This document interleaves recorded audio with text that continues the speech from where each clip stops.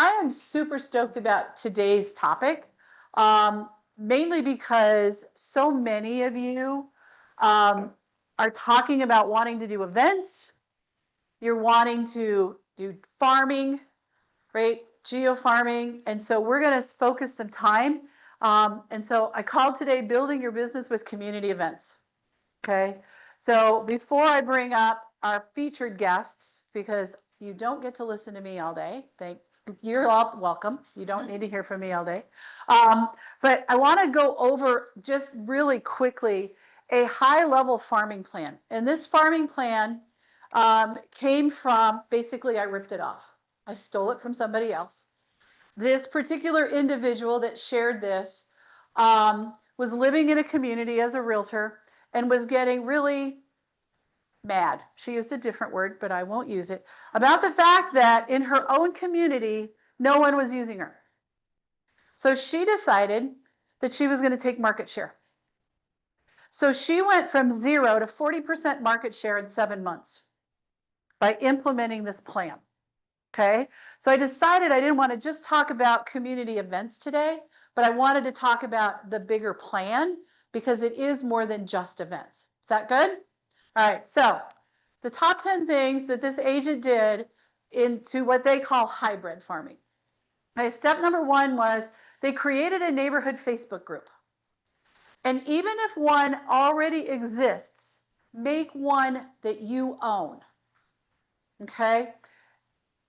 And you can just rename it, right? So if I was going to take on a very good friend of mine who owns the Facebook group called Candela's Neighbors, is that the name of it? Residents, okay. And I said, well, I want my own Facebook group. I would call it Candela's Friends and Families. And I would invite people to come join my Facebook group. Now, I'm not going to take on my good friend because I know better. But you don't have to not do one because somebody else is, because yours might be different.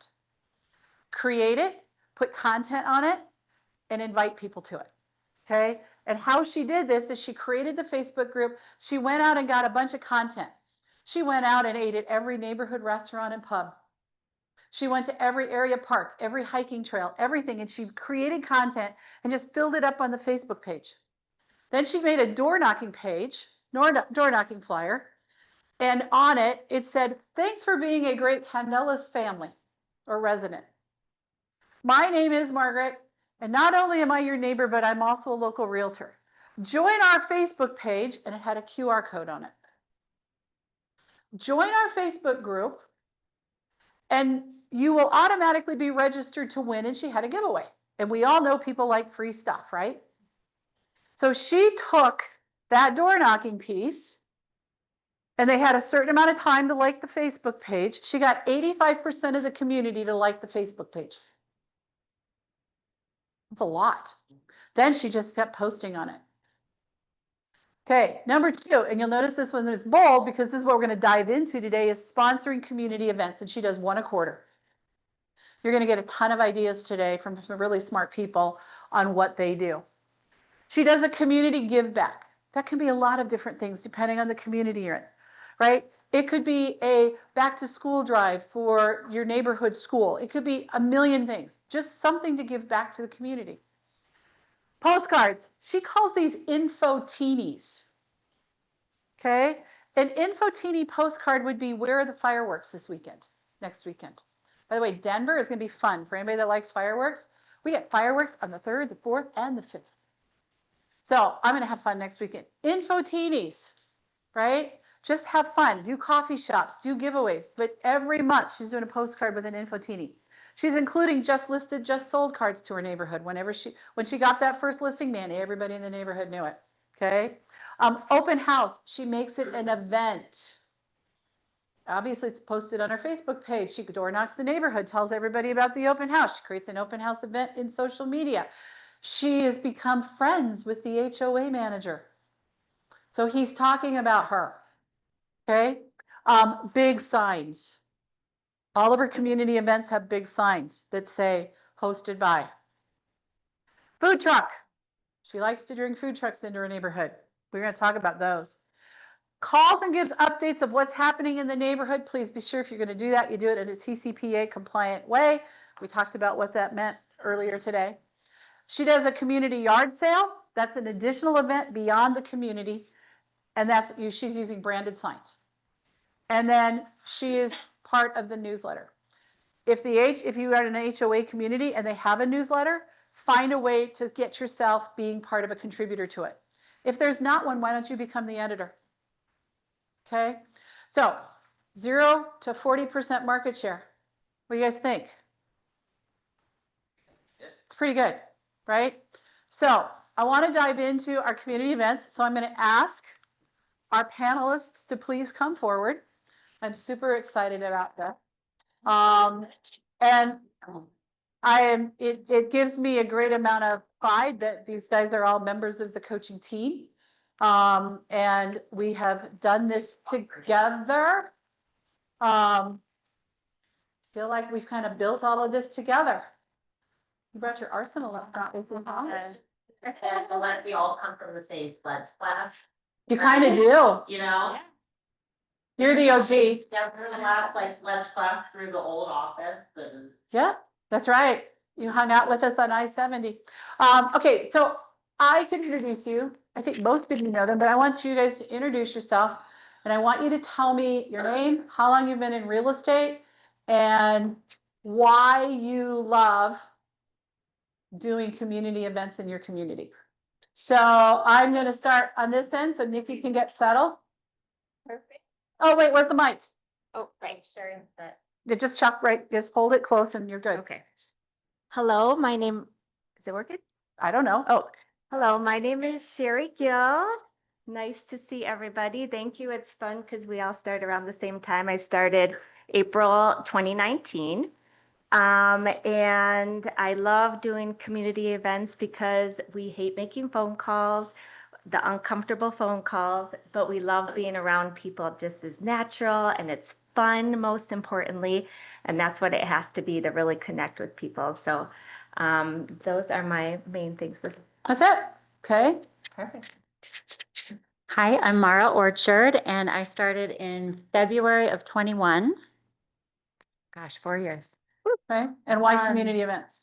And I love connecting people. I love being involved and have done a lot of volunteering and community events over the years. So I love doing it and glad to have a partner in crime in those events. And before you hand that off, I have a question, and I know you know the answer from our one-on-one a couple of weeks ago. So when you guys started, you had 0% market share in the area that you farm. Mhm. And what did we discover you're at now? 20%. 20% market share in your community. So I'm going to ask the OG. So Jim, what's considered a good market share in a community? Good market share. That's high, that's lofty. It's actually closer to 10%. Yeah. If you have 10% market share in a community, you're doing well. If you're doing 20% or more, you're knocking it out of the park. You own the neighborhood. So, and I will tell you, both of these teams live in areas that all you got to do is go out your front door, throw a rock, and you're going to find a realtor or two. Both of you do. All of you do. And I can almost go over and touch Jim. Yeah, Jim is next door and Katie and Jordan Kessler are across the street. So, and Mara's just up the hill, and then there's some other people we don't know. So, okay. So Nikki, your name, how long you been in, and why community events? My name is Nikki Castillo, and I got my license in February of 2019, so about 6 years ago. So not terribly long ago, and partnered with Amanda. I actually have a background in community events and things like that. Started several programs, chaired galas, through weddings and receptions for resorts and things like that. So everything I do is approached as an event, even an open house. But so it just made sense for us to really lean in hard on events. And we do a lot of events in our farm and for our sphere. So, yeah. I don't believe I need a microphone. The people on Zoom will differ. Yeah. So I'm Amanda Ryder. I'm the other half of the A&N Homes Colorado team. I got my license in November of 2018 after spending 15 years in government affairs in corporate America. I love real estate because it freed me from working for somebody else, though I used to work 40 hours. Now I feel like double that, but that's okay. Why community events? Because it absolutely works. I love my community. I like being active in it. And, you do good, it brings good. What you put out in the world, I truly believe is what you get back. Okay, and what percent market share do you guys have? I didn't look yours up because I knew you would know. I'm not 100% sure. It's probably closer to 25 to 30% at this point. There you go. We have 1,800 homes. Yeah. So we currently have in our farm 4 houses on the market. Okay, all right, so some pretty credible people, right? So we're gonna dive into this. So you guys kind of already answered that first one. So I'm gonna go to Amanda and Nikki since you guys have the mic. Just tell us high level, rattle off for us the different events that you host in your community. Not the ones that you do and I want to clarify because sometimes we get confused. We have people who live in our community that are friends and we do small events for them. That's not what we're going to talk about. We're going to talk about something that the entire community knows about, whether it's the 1,800 or the 500 that you guys have. So what are the events that you host for the community out there? Sure. So even though it's not every event is 100% hosted by us, most of them get coordinated by us, and we lovingly get a lot of the credit for spearheading them. So we help with the Easter egg hunt. We have the community garage sale. We have usually Candelas Fest, which is a fun summer festival. We have Trunk or Treat. And we also have Breakfast with Santa. Did I miss any? And then obviously all of our open houses and things like that we do. And you have done food drives in the past. We have done food drives in the past and backpack drives in the past. There we yes. Go. Okay, awesome. Okay, Sherry and Mara, what events do you guys do in the community for all of the community, not your sphere within the community? Okay. We do food trucks, we do paint recycle events, we do electronic recycling events. We have started doing movie in the park. We just did that last year and we're doing it again. We already feel stress about it, but that's beside the point. And then the other events that maybe the HOA puts together, we sponsor something like our Oktoberfest, we do like a pumpkin decorating or something like that. So we help sponsor those events. But I think that's it. Anything? Okay, questions? Did you guys all get some ideas and write those down really fast? Okay, so I know you all sent me deeper dive information, but I don't want to dive yet. Okay, so we're still high level. But can you tell us, high level, one of the events that you believe has had the most significant impact on your business in your community and what made it successful? So don't dive, just keep it high. Sherry and Mara? The food trucks for us, because we've been doing them for so long. We've been doing them since 2021. So we've probably seen the most impact from that at this point. Okay. Yeah, and I think with that, it's just the consistency of having our name out there every month, April through October. Yeah. Okay. What's your big one? I think our biggest return has been a community garage sale that we host for the entire community. Okay. And they just had it. Their signs were everywhere. Yeah, I was going to say, when her and I spoke about this and which event we would want to highlight, I do really think it's the garage sale because it's financially more accessible for anybody to do. Whereas like my first thought was Breakfast with Santa, but that's also not for everybody, right? If you don't have kids, you usually don't want to come to Breakfast with Santa. And also Santa and Mrs. Claus and all the food and all of that are very expensive. Garage sale you can do and get a lot of exposure for very little money. It's just your time and effort. Okay. Awesome. All right. So you guys ready to dive into one?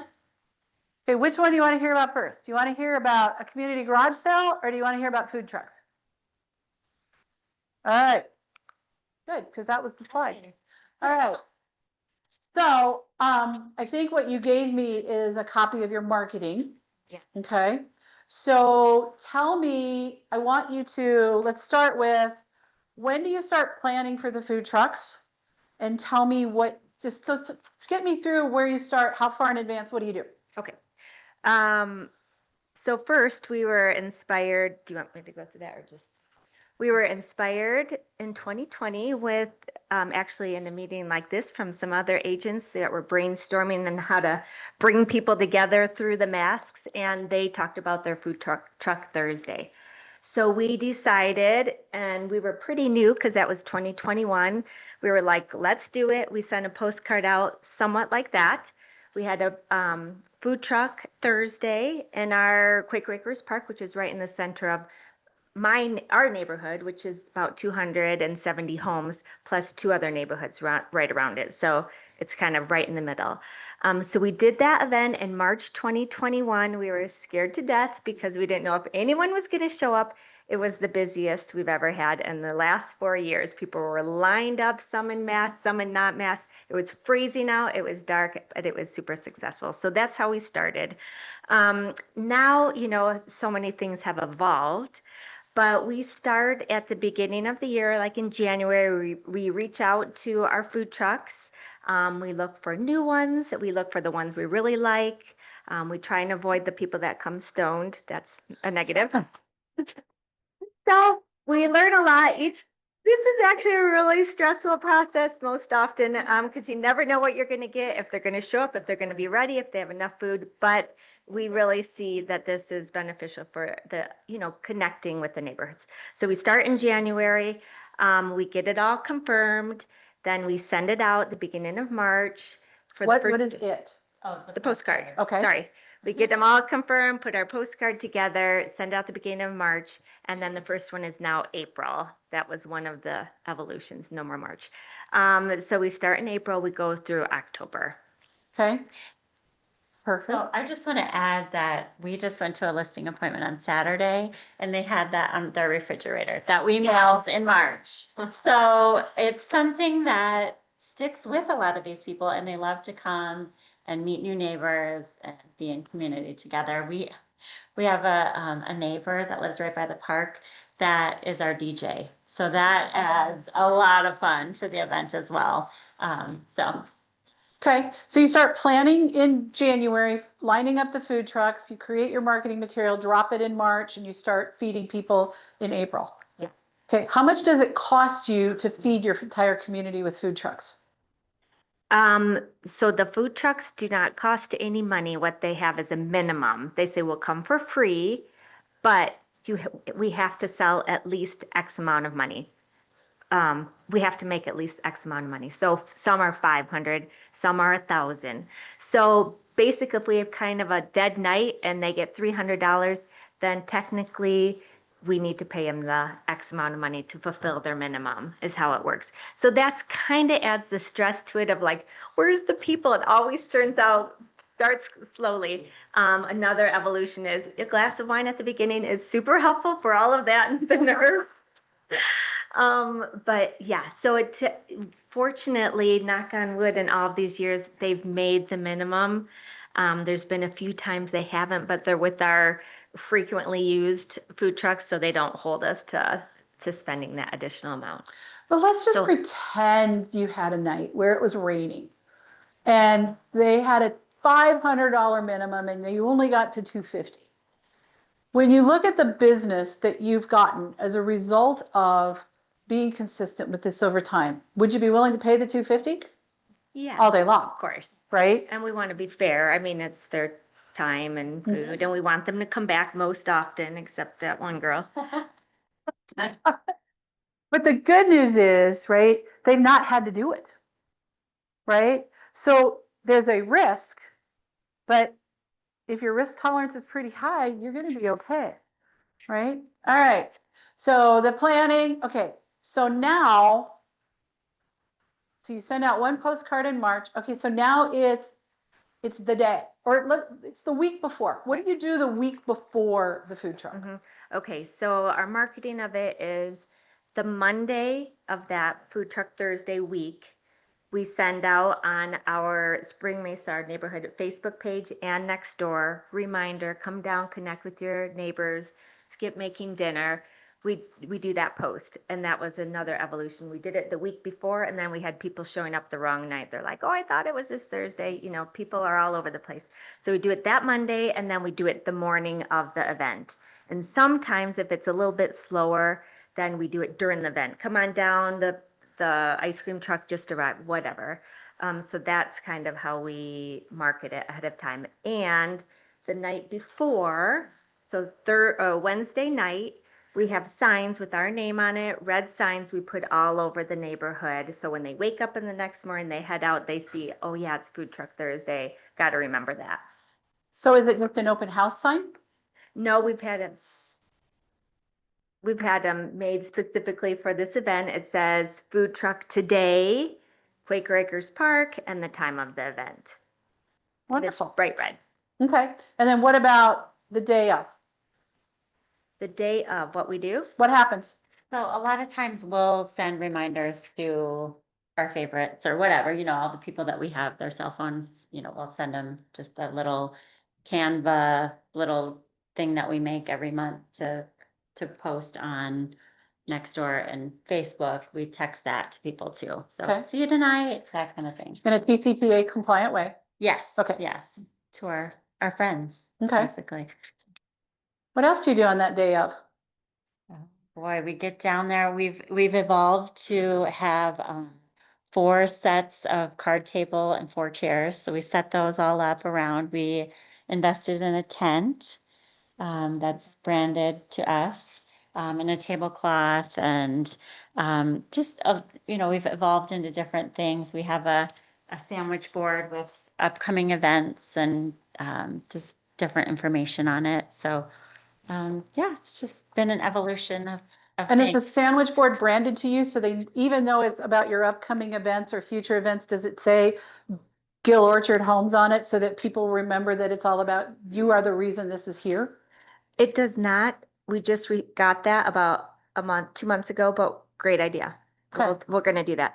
The other thing is when we were new, we didn't have the money for our own tent and our own tablecloth and things like that. So if you don't know, the office has one you can use, a red one that says KW Avenues. It's great to have it up. We've used it for shade when it rains, like you mentioned. People still came, which was really nice. They pick it up and take them. So we put it, right over where the line would be, so not everyone's getting poured on. But that was a great help to us because the tents are not cheap if you've looked into those. The good ones aren't. Yeah, we just got it. Yeah, we just used it for the first time after all these years, but we should have done it early. Yeah, it says Gill Orchard Homes. It's white. It's very fancy. We really like it. It's an easy up to 10. Best. Find a place where you can get your own tent. And then ours was broken several times, just started to jump in, but, they send me replacement pieces for free every single time. Like you have little rocks, with the wind and whatever, and they replace it for free every time. So, great customer service. Okay, so now we're at the event, right? Mhm. You're all set up. Do you guys just go home and eat dinner with your family, or what do you do? No. Okay. So we go down, we get all set up, and that was a whole nother evolution, which is great because at the beginning we were walking around like, thank you for coming. What's your name? It was really hard. It's kind of like having a party and are people going to come? And they're strangers? Are they going to think I'm weird for being like, hey, and should I wear my KW thing? So that was a whole thing that obviously we got more comfortable with. And now we recognize a lot of the people that come down. We're like, thanks for coming. But we sit and can chat with our friends that come down and support us month after month. But we also get up when we see someone, oh, thanks for coming again. We recognize them. Oh, is this your first time? It's just comfortable and it's a lot easier and it's really fun now. So, What do you wear? it depends. When it's a little chilly, we wear, our KW jackets. Sorry, Jeff, can you do it? Oh, no, we have matching little zip-up jackets. Okay. But usually just we wear whatever. So Okay, so you're not necessarily branded out. mhm.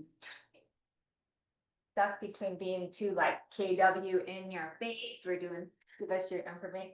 I mean, there has to be a balance, and for us, what's comfortable is just being like part of the community with those pieces Mhm. of, here's our tent, but those things where they can see it, they've seen our sign, they've seen all of the marketing that we've done. So with that piece, we chose not to come like all decked out in KWs. Okay, all right, but you could, right? And I mean, does Nikki look overly branded there? Like, no. Okay. Okay, but here's the reality. She doesn't walk around like that, right? She's either got the jacket on zipped up or the jacket's off, right? So she doesn't look overly in your face, right? You could just wear your name badges, right? You can wear a visor, right? Just a little something. It's not required, but just that little subtle hint is always a good help. Okay, so I have one more question the day of, and I don't even know if you guys are still doing this because I've been so not involved in this anymore. So when we started, you used to create a theme around your food trucks and you had, you would donate to people. And I don't know if you're still doing that or not, but can you talk to a little bit about how you handled that? Yeah, we did start where um, we kind of had it themed for different charity or different organizations, like can you bring food for the food bank? If you can bring something, it would go underneath our tent. We'd have a candy jar there.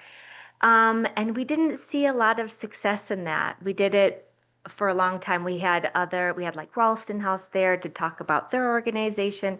We tried adding that into it and it didn't go anywhere for us. So we don't do that anymore. Okay. What another team that did this, the team that did this before you, who was probably sitting here when you figured it out, except it was in the other office, but they did do it and they set it up like, so you know when you'll get a notice, hey, come support X number of Boosters Club by eating at Chipotle. You guys all have seen that, right? Okay. The food trucks, some of them will do the same thing. So what this other team did, they didn't necessarily make it a come donate your money or your food at our food truck, but they got the food truck to commit to donating X% of their sales that night to whatever their charity was. And they did a charity of the quarter so that it added up a little bit more. But it was a way for people to feel good about coming and having their dinner. And then they would have a donation like bucket where people could add additional money in there if they wanted to. And people would drop a 20 in there or something extra if they had it with them. So it's not a requirement, but it's, again, it goes back to, if you go back to that very first slide, community give back, right? So if you're doing the food trucks and you're giving back to an organization, and it could even be the local high school football team or the orchestra or whatever it is, anything, people just feel better about coming and eating dinner and knowing that a part of it goes. So just something I want to layer onto that as we're diving down in a little deeper. And that's what we do. We had some pushback from some of the trucks. So anyway, we just kind of got away from it, but I do like it. We might relook it again. Okay. And that's the good thing. You can always like change it. What makes sense? What are we seeing? This is not working. They don't like this. So let's figure it out. Okay. I don't know the answer to this, so this could be interesting. So you know that we talk a lot, I've been talking a lot about what Laura Gillette does in her business as far as building her business with giveaways. You guys are familiar with that, right? So have you ever at the food trucks had something there that people could sign up for to win? Have you guys ever tried that there? We have not, Okay. but we did change to the kickoff one in April. We have little herbs plants like basil or parsley or something. So the first like 20 that come get one. We just hand it to them as a like, thank you for coming. That's as far as we've gotten. The giveaway thing we do for our movie in the park. Giveaway blankets that you can get from Costco, the long blankets, so that's really good. But for that one, and we'll probably do that right before the movie. But you don't do a raffle. Like a lead capture. Right, that's where I was going. Yes. Okay. We have on our sandwich board, we have the little QR code for them to go up and see what's the value of your house, and then we would capture their information. So someone from so that's where I was going. So thanks for the lead in, Nikki. So you have all these people that are coming. okay? How do you know who was there? Like, do you capture information from anybody in any way, shape, or form other than the people that hit the QR code on the sandwich board to hit your home button? Do you do anything else to capture people's information in doing this? And if no is the answer, it's okay. No, we don't, besides our conversation. They talk about where they live and things like that. We've had people reach out to us, but we don't do a capture lead. And Margaret's been talking to us about doing that for a long time because it makes sense. I just feel, I don't know, it's a different neighborhood. I don't know. And we, like the people that we do see and know, and we follow up with them the next day, like on a personal level. So I think it's more, Yeah, we send out our personal text that night or the next day. Thank you so much for coming. It's great to see you. Good luck with whatever they have going on today. So that's the extent of it. We don't have anything.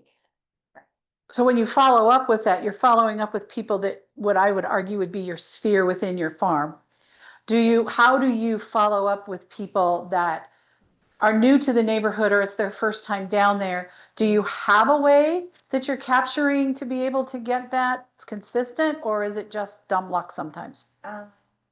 Play down lots of text. Okay. If we capture like their address, or if they say where they live or whatever, then we'll write a personal note on our stationery. Oh, it's so fun, so glad you come to the food truck. Nice to meet you. So you have a memory that's perfect, and so you remember all of those addresses? How do you do that though? How are you doing that? So if I'm there and I say, oh yeah, I live on the corner of 77th and I can't even name a street. and really, Okay, but it's the next day. You told me you drank a glass of wine to start. How are you? I'm just asking, how do you remember my name and the part of your community that I lived in? What tool are you using to trigger your memory the next day? Okay, first of all, I can drink a whole bottle. Took her a long time to get to that kind of. A lot of training. Keep note. We keep in note. our phone, and In our phone, Pat, two times people are writing down the. That's what I wanted. That's what I was looking for, right? Okay. yeah. So you either take notes in your phone or you've got something in your hand that you can just write something down and go, Margaret lives on the corner of this and this, go find her, right? Okay. Or we say, oh, let me text that to you, like in a conversation, like, oh, did you see this house that came up and what's your number? And then we'll get their number that way, but it's more just kind of, yeah. Okay. All right. Anything else we should know about food trucks? What Oh, yeah, question. do you guys play?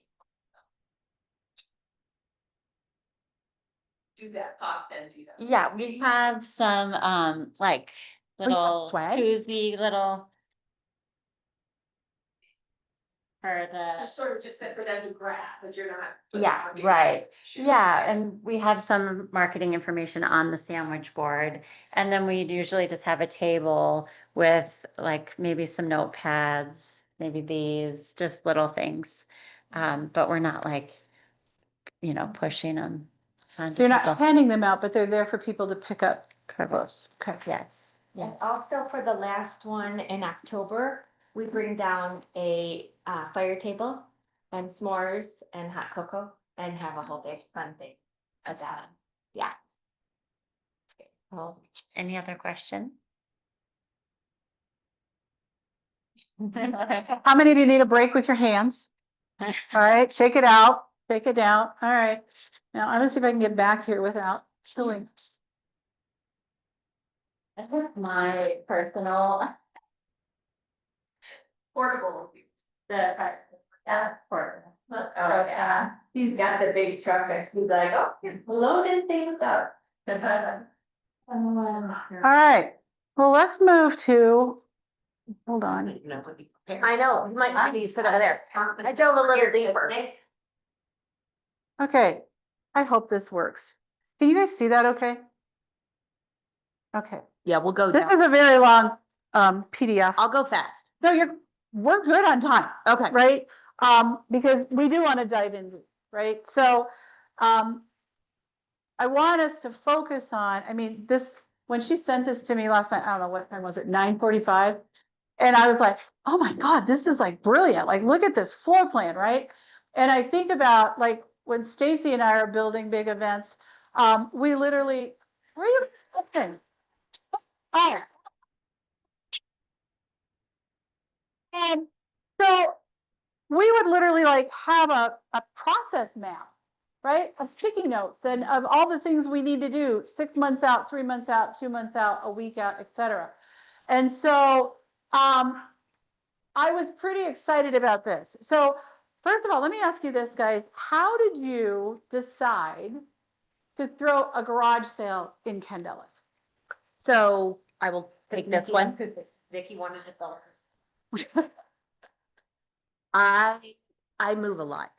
And I have 3 kids and a mother lives with me. So we accumulate a lot of crap and I am not sentimental. So I am willing to purge every single year. And I just grew up having garage sales. That's what we did. And my mom and I made it look like a store and a boutique and we'd sell and make thousands of dollars off garbage, you know? So and it was an event. To me, it's an event. So the first year we decided to do it, I said, I need to have a huge garage sale. Why don't we throw a community garage sale? And that way we get to know everybody in the community and we use it as a lead capture.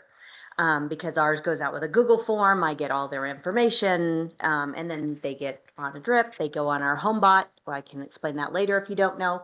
But so we decided this didn't, I mean, it has nothing to do with gender, age, anything. It encompasses anybody and everybody in the neighborhood.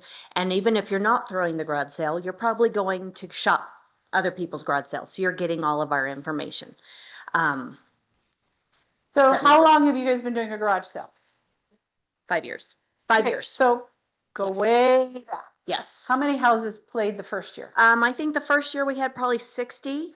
How many and this year? This year we only had 87. The most we've ever had was 140. Okay, so their farm's 1,800 homes. That's almost 10% of the community was participating in their garage sale. Think about that. They got 10% of the contact information that year of the entire community. Once you have their contact information, it becomes gold, right? So, okay. So let's kind of go through your timeline. So I don't know how you guys, I don't know who's. That's okay. So, okay. You just jump in. I'm here to support.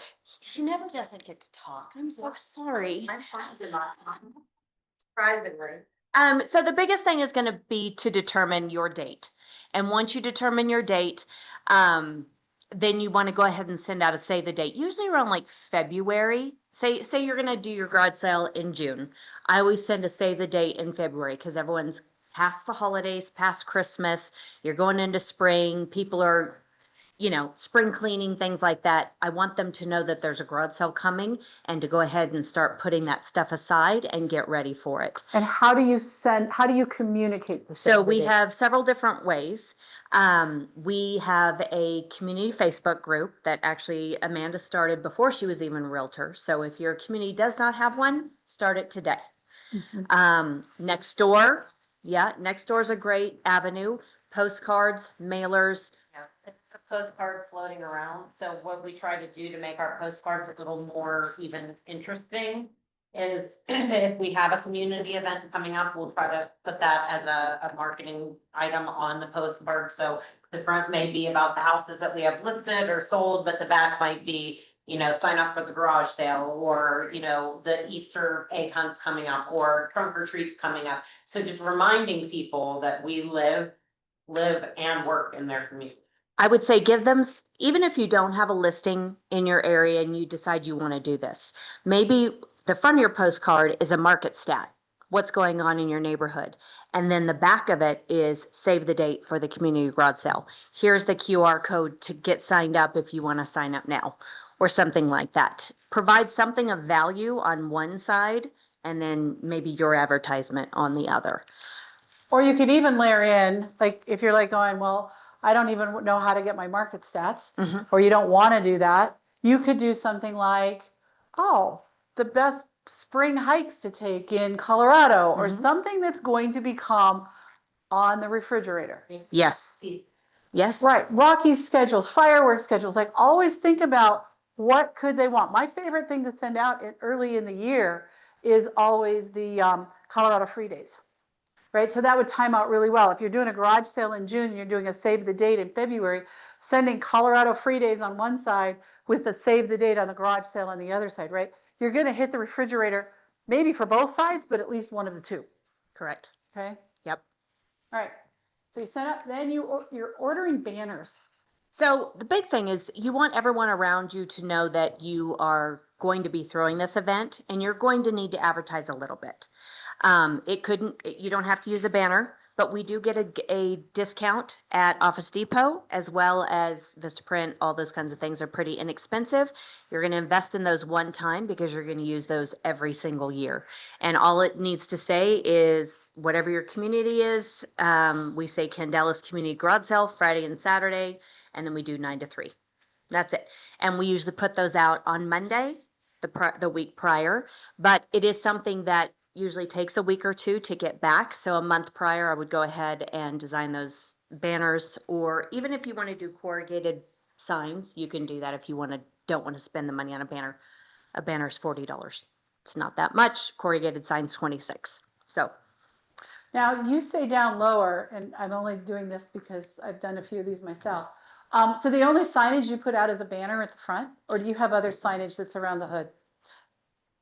no, we don't actually.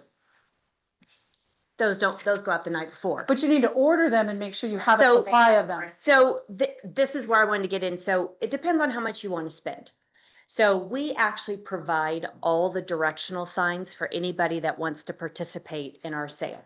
And we hate ourselves for it every single Thursday night before the garage sale. Especially when you're doing 140.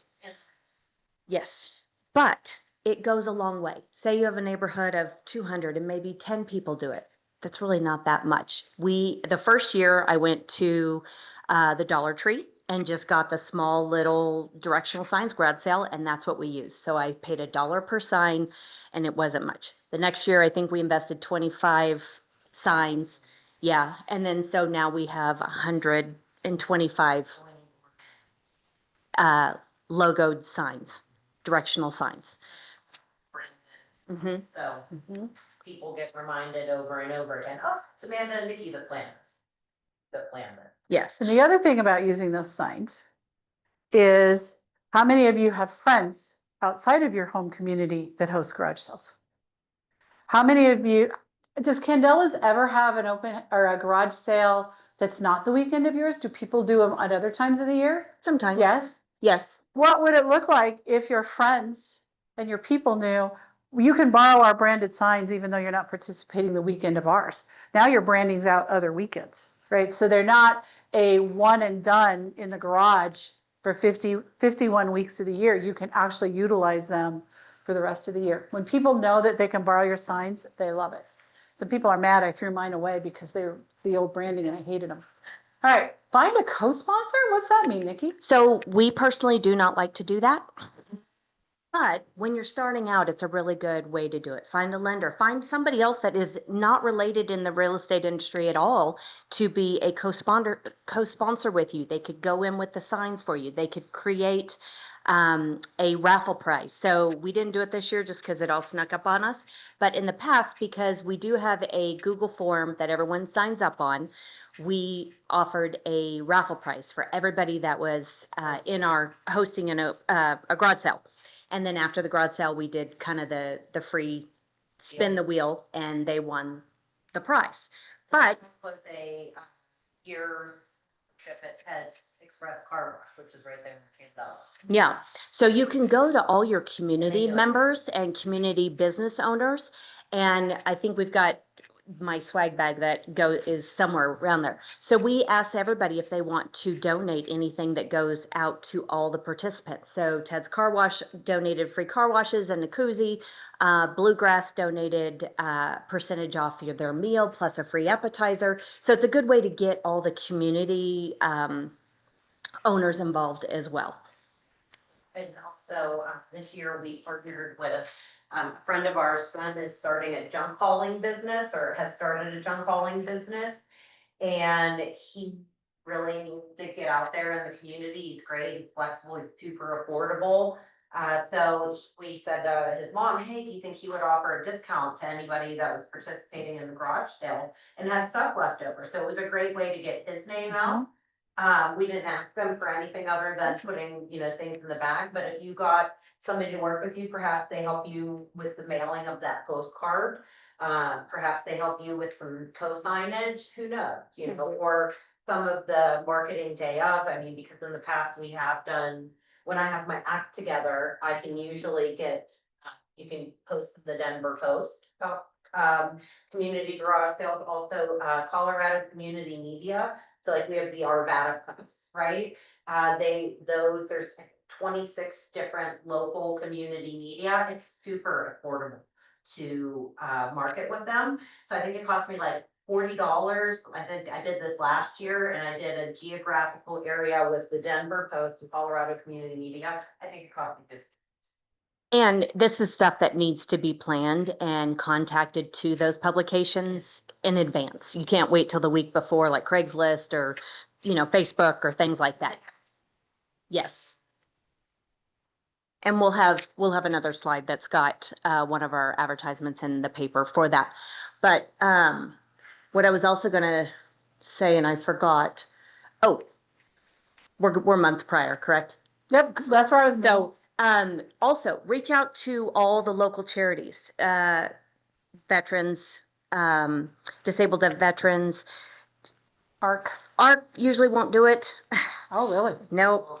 But we contact all the charities that will come to your neighborhood to do pickup because a couple times we started this during COVID, so we weren't able to get anybody, and then everybody lost staff, and so we just haven't jumped on that bandwagon again. But there are companies that will come out and park a truck in your neighborhood, and then everybody can bring their donations to that truck after the event. We also had a last year. Uh-huh. They rented one of those big dumpsters, right? That everybody always wants to dump stuff. So they rented a big dumpster. We put it in a particular part of the community. We said, at the end of the day, you have things that you need to be trashed, thanks to, these two people, we have a dumpster and fill the dumpster. So again, different ways that you can find people to partner with you, just continue to add that back. So your first thing 1 month prior is send out sign up and it says email or deliver. What does that mean? So if I had a smaller community, I would create door hangers and advertise the garage sale with a QR code. You can create a QR code to your Google form. And if you don't know how to do a Google form, we can kind of go through that with you. And that's how you would do all the lead capture for everybody that is interested in participating. If not, I email the entire community through the community newsletter, through our Facebook page, and then through our database that we already have within that community. So you're not mailing another mailer about the garage sale other than the one that you're doing 3 months prior. So you're doing a save the date in February for an event in June. So if I moved into the neighborhood in April or May, they get another one. So that's the save the date was in February. We send another one with our current or just sold listings advertising the garage sale for the weekend that it's going to be happening. So we do too. Okay, so that's the key, right? You can't just tell them about it 3 months in advance. In a month in advance, you've got to get a way for them to start signing up and letting you know what's happening. And how you do that, you guys get to choose. These guys have built this great, big, huge, multiple way of communicating. Yeah. Look at that. So in the Candella's neighbors, residents, there's a few thousand people in that group. It's a group where I actually verify your address and your name. Because I'm trying to keep spammers out. So we post it there. It's also on our community website and our community calendar. So we are putting it in other places where it lives. It's also on our website under our events, so you can go there and see that, as well. And then we have a monthly newsletter that goes out, and it goes out to everybody in our farm or in our database. So this is why, but your the Metro District does a pretty good job of sending it out as well, because I have the pleasure of seeing it, right? Correct. This is where getting to know, remember one of the first things I said when I talked about community farming, that agent used, is she got to know the HOA people. Now, if you live in an area that's going to not have an HOA, you're going to have to figure out other ways to communicate this, right? But the beauty of what I'm hearing is that it's not a one-way, one-time communication. Not everybody's on Facebook. Not everybody's opening their mail. Not everybody's looking at all these different things. So you've got to hit them multiple different ways to maximize your participants. Okay? Okay. All right, we're 1 week out. Well, now what's happening? Okay. So you're going to want to take your Google form. I usually say you have to sign up for the garage sale 1 week prior to the garage sale. I usually say 10 days. By 10 days beforehand, because I have to create a map, and I create an interactive map. I found a new program this year. I'll have to pull up what it is. But I downloaded the spreadsheet from Google Forms, and it went bing, bing, bing, bing, bing, bing, all over, and then listed everybody's address. I love the sound effects. I want the software just for the sound effects. So that was very, very helpful. And then we put that on our website. You can also house it on Canva or house it somewhere else or on their website where you make and that's where your QR code goes. We just like to drive all the traffic to our website. So it will always lead to our events page or listings page or wherever we want them to go. What are we doing? Week? Yeah. We got some, one thing, swag bags. So we put together a swag bag for every participant. Oops. This could look I wanted to open it. a lot of different ways, and you can put whatever in here you want to. I like to provide a Sharpie. We do a lot of branded swag, and they all get that. A bunch of pricing labels. We do our notepad. So when you're at the garage sale, you always a lot of times people, if you're doing a garage sale, they like to split the proceeds. Cruz got this, Nikki got that, Linda got that. And so you write down so they get a pen, they get a Sharpie, they get pricing labels, they get the coupons from all our local vendors. And then I create what's called the tips and tricks. So how to throw a successful garage sale. Definitely create and print a Venmo QR code. So, because a lot of people now come to garage sales, they do Venmo. And so it just gives you some good ways to display all your items. And then I've got all the local charities on the back of which you can donate afterwards. And then we actually also book food trucks to come to our garage sale and park in the community park. Kona Ice drove around like a ice cream man. So it was nice and drove through. So we tell them what food trucks, yeah. But one of the big things that we do, and this is how we are able to talk to everybody, we order donuts a week prior. And I don't know, last year we had like 24 dozen donuts in my car. We put a big QR code on the back of my car that takes you to the map. So as we're driving around the community, shoppers can see and they can scan the QR code, know where to go. And then we take donuts and we go deliver them to as many garage sales as we possibly can. Thank you so much for participating. We shop a little bit, how's your traffic? Any suggestions on how we can make it better? And then, and I'm like, so how's the market? Well, why do you ask? And then you can go from there, and maybe they're thinking about moving. Someone wants to move in the neighborhood. And so it just creates conversation. You get to know them. We do a little shopping for staging. And earlier, we do for that usually fill up branded, like Nikki's.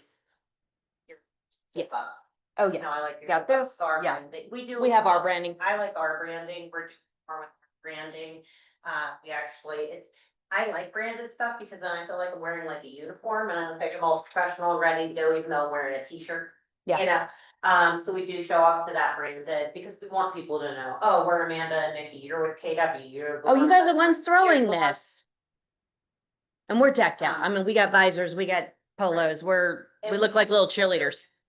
The new bag law in Colorado, since you can't have, bags have become such a impressive commodity. But these ones in particular, I love, we don't get to use these all the time, they're more expensive, that these fold up into this little bag. We have also big, nice shopping ones, as well. So again, it's just something that stays with them, that they can use. You guys talked about stuff on fridges. You know, it's something that we have, and I can't tell you how many times we've gone to a listing appointment and have found those things, you know, on the fridges. So it really, it gives you something helpful, right, that you leave with them, but it's also a reminder of who you are and what you do. We have more, I was just gonna say, you can do whatever swag that speaks to you. We try to find things that speak to us. We have little tape measures. You have them as well that are branded to us, perfect for going shopping. They're not in there. This is one of my older bags. I have wine openers that go in there because everybody's gonna need a glass of wine after their garage sale. So when you deliver these swag bag supplies, you're taking them out to all 140 houses. Mhm. Are you knocking or are you just leaving it, are you leaving them on the front door? I don't knock on doors. But it's everyone's preference and it depends on your neighborhood. I don't want anybody knocking on mine, so I don't knock anybody I else. just heard all of the things. And so what I do is if I see somebody outside, I do say, hi, like, pull up in front of their house and get out of the car, people are like. Yeah. "Huh." So I'm always like, hi, I'm Amanda Ryder, I'm from the garage sale, hey, I've got some stuff for you, and they're always like, oh, awesome, thank you. You know, my biggest thing is if you walk up to a door and you see a ring doorbell, don't be creepy. I always go, whether or not it's gonna do something or not, I always go, hi guys, and I'll show them the bag and I go, just dropping some stuff off to help you participate in the garage sale. I hang it on their door, I'm like, really, thanks so much for participating, have a great week, you know, just be friendly. No backflips to a. No backflips, no, I am not coordinated enough for that, but let's just be honest, I'm glad I made it up and down the stairs. You've never come to my house because my ring doorbell's never had anybody nice to This me. year. You're not having a garage sale. Never You fear, know, never fear that weekend.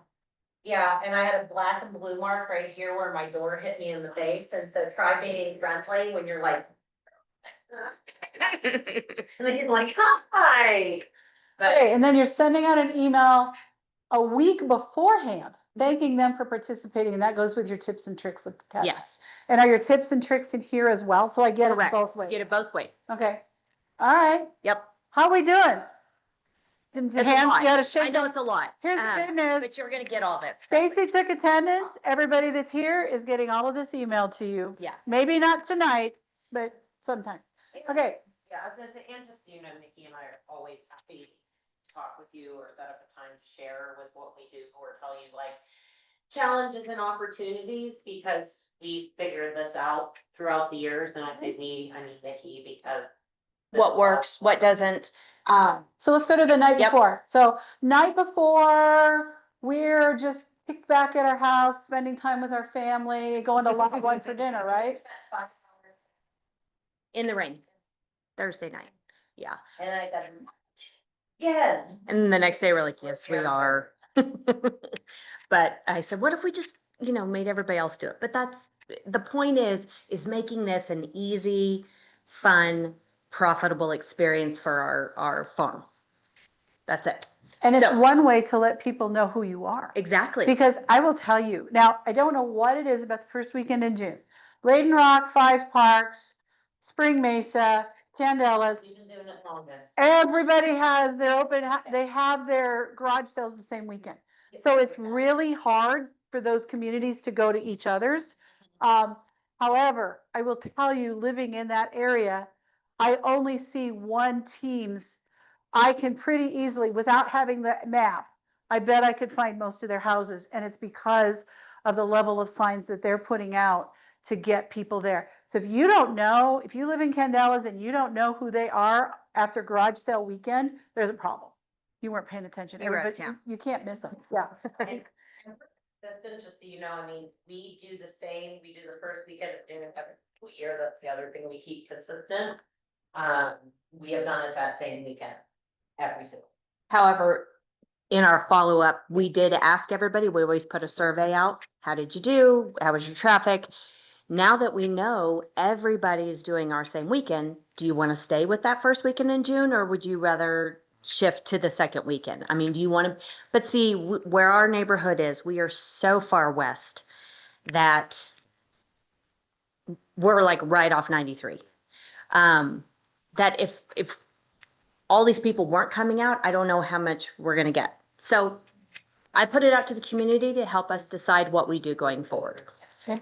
All right, so night before, so you put Yep. out the signs, you're sending out some kind of reminder email, and then you're getting change from the bank? Why? Yeah, so not everybody, one, has the opportunity and they open their garage sale the next morning and people are showing up early and like, crap, I don't have any money yet, or I don't have any change.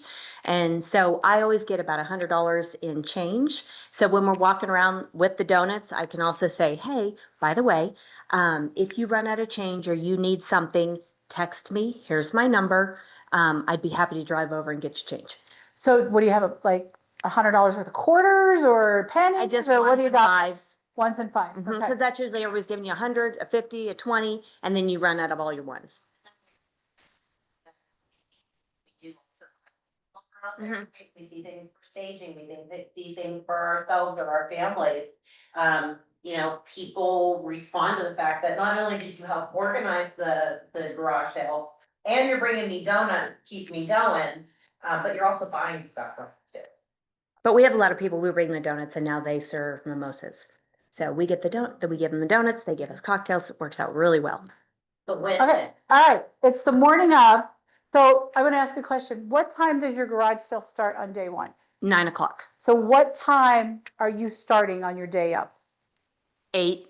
We go pick up the donuts at 8 a.m. Okay, And you can work as long as you want. We have a lot of garage sales, so we never even make it to all of them because there's a conversation happening. We're at each garage sale probably 15 minutes. and do you go together or do you Yes. divide and conquer We this? go together because we want them to know us together. Okay. Better to And then we drive with my big gigantic car with the QR code and everybody knows who we are. Okay. Yeah. Wow. Okay, You want to scroll up to the follow-up? I will. So I think So, that's important. a twist to the donuts that I used to do, is I would make garage sale survival kits. So the morning of, I didn't drop off the stuff in advance. So I dropped off my swag bag the day of, and it was just a garage sale survival bag. And it would have water and granola bars and the information of who to call to pick up stuff. Similar thing.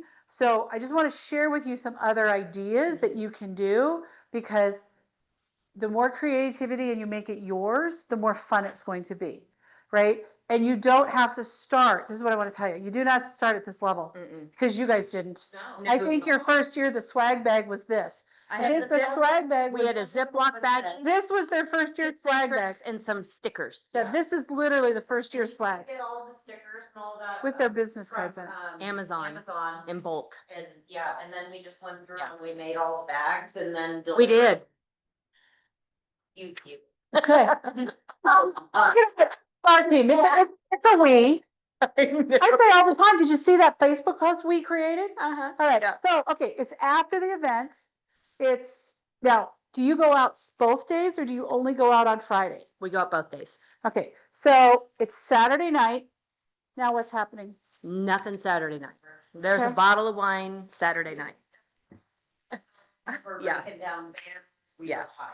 Okay, so you do pick up the signs and the banners on Saturday. So We at the do. End of the event. Saturday, Sunday, if people driving around thinking there's a garage sale, and also I want them, if possible, picked up before Monday, just because the city of Arvada sometimes can be a pest about signs on major roadways. They won't be like within Candelas, but if they're on Candelas Parkway or Highway 72, They take them. they'll take them. As well as residents steal our signs to use Oh, yeah. for their own, and then they cover our signs. Oh, yeah, I've lost, every year I would lose Yeah. one or two open real estate signs. Okay, so it's the day, so now we get to follow up. It's post the event, you're recovered. What's your process for follow up? So we send a thank you email to everyone that participated, and that goes out also with a little survey. How did you do? What days did you participate? Which day was busier, Saturday or Sunday? Saturday. Yep.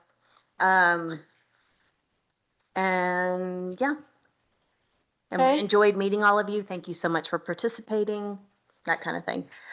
Then we take everybody and if we do, this year we didn't do it, but if we do a raffle for a prize of some sort, if you guys have never done this free spin the wheel to do a prize, you can record it. And then we post that in our thank you email as well. So they get to see who in the neighborhood won the raffle prize. So you're not talking about the thing in my office that I can actually Nope. spin? What are you talking about? There is a wheelofnames.com. Wheel of Names. So it's online. It's online. Wheel of Names, it's free. You put in all the names, just transfer the spreadsheet, and then you just click play and it go, and it will, And what if somebody wins that you don't like? doesn't matter. Okay. It's not a hand-drawn raffle. But do you do that live or do you just record it and then post it later?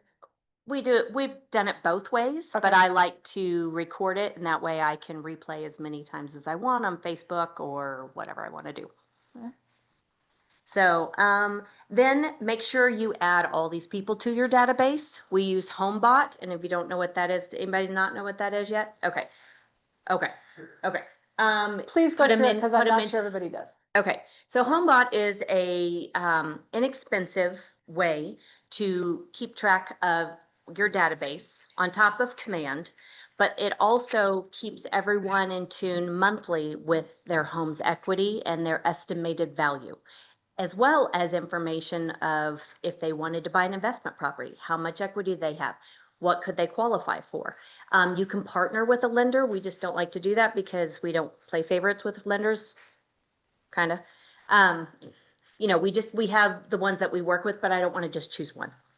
But you can if you want to and partner with a If you lender. partner with a lender, it's $25 a month. If you don't, it's 50. Okay. And I'm going to add to what you wrote there. Not only do you want to add everyone to your database, put them in a smart plan. Yes. What is your smart plan that you have sending out to people? What is your marketing plan? Make sure you're tagging them, right? Like, what are your tags? Because just putting them in your database isn't going to be enough. Correct. You've got to do something with them for that database to make you money. Okay. Mhm. Okay. Oh, what's that other one? For your own info. So take notes for yourself. What worked this year? What didn't? What would we like to add? If we didn't have enough signs, how many signs do we need to order for next year? Did we have enough for the entrance? No, we didn't. So we need to add, we've got to invest in 12 more signs for our entrances that are big, not banners, but signs says garage sale, garage sale, garage sale. So just make your notes, keep a little spreadsheet if you want to in Google of what worked, what didn't, how many people participated. That way you kind of know. So when you do advertising for next year, even with your local vendors, you can say, hey, we had 80 people participate last year. That's a lot of free advertising that I'm happy to deliver for you. And just when you talk to these people, just say, you know what, I like to use my small business to elevate other small businesses. So let's all work together. And your thank you is an email. Correct. You could just as easily handwrite those, Yes. right? There's power in the handwritten note, Mm-hmm. right? And if you already know, you're going to do that same weekend, just say, save the date for June 7th and 8th next year, 2026. We'll see you then. Okay. And then take a nap. Yep.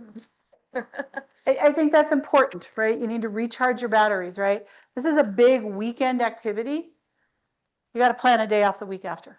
Take off Tuesday, take off Wednesday, take off something, but take some time to recharge your battery because I don't want nobody should work 7 days a week all the time.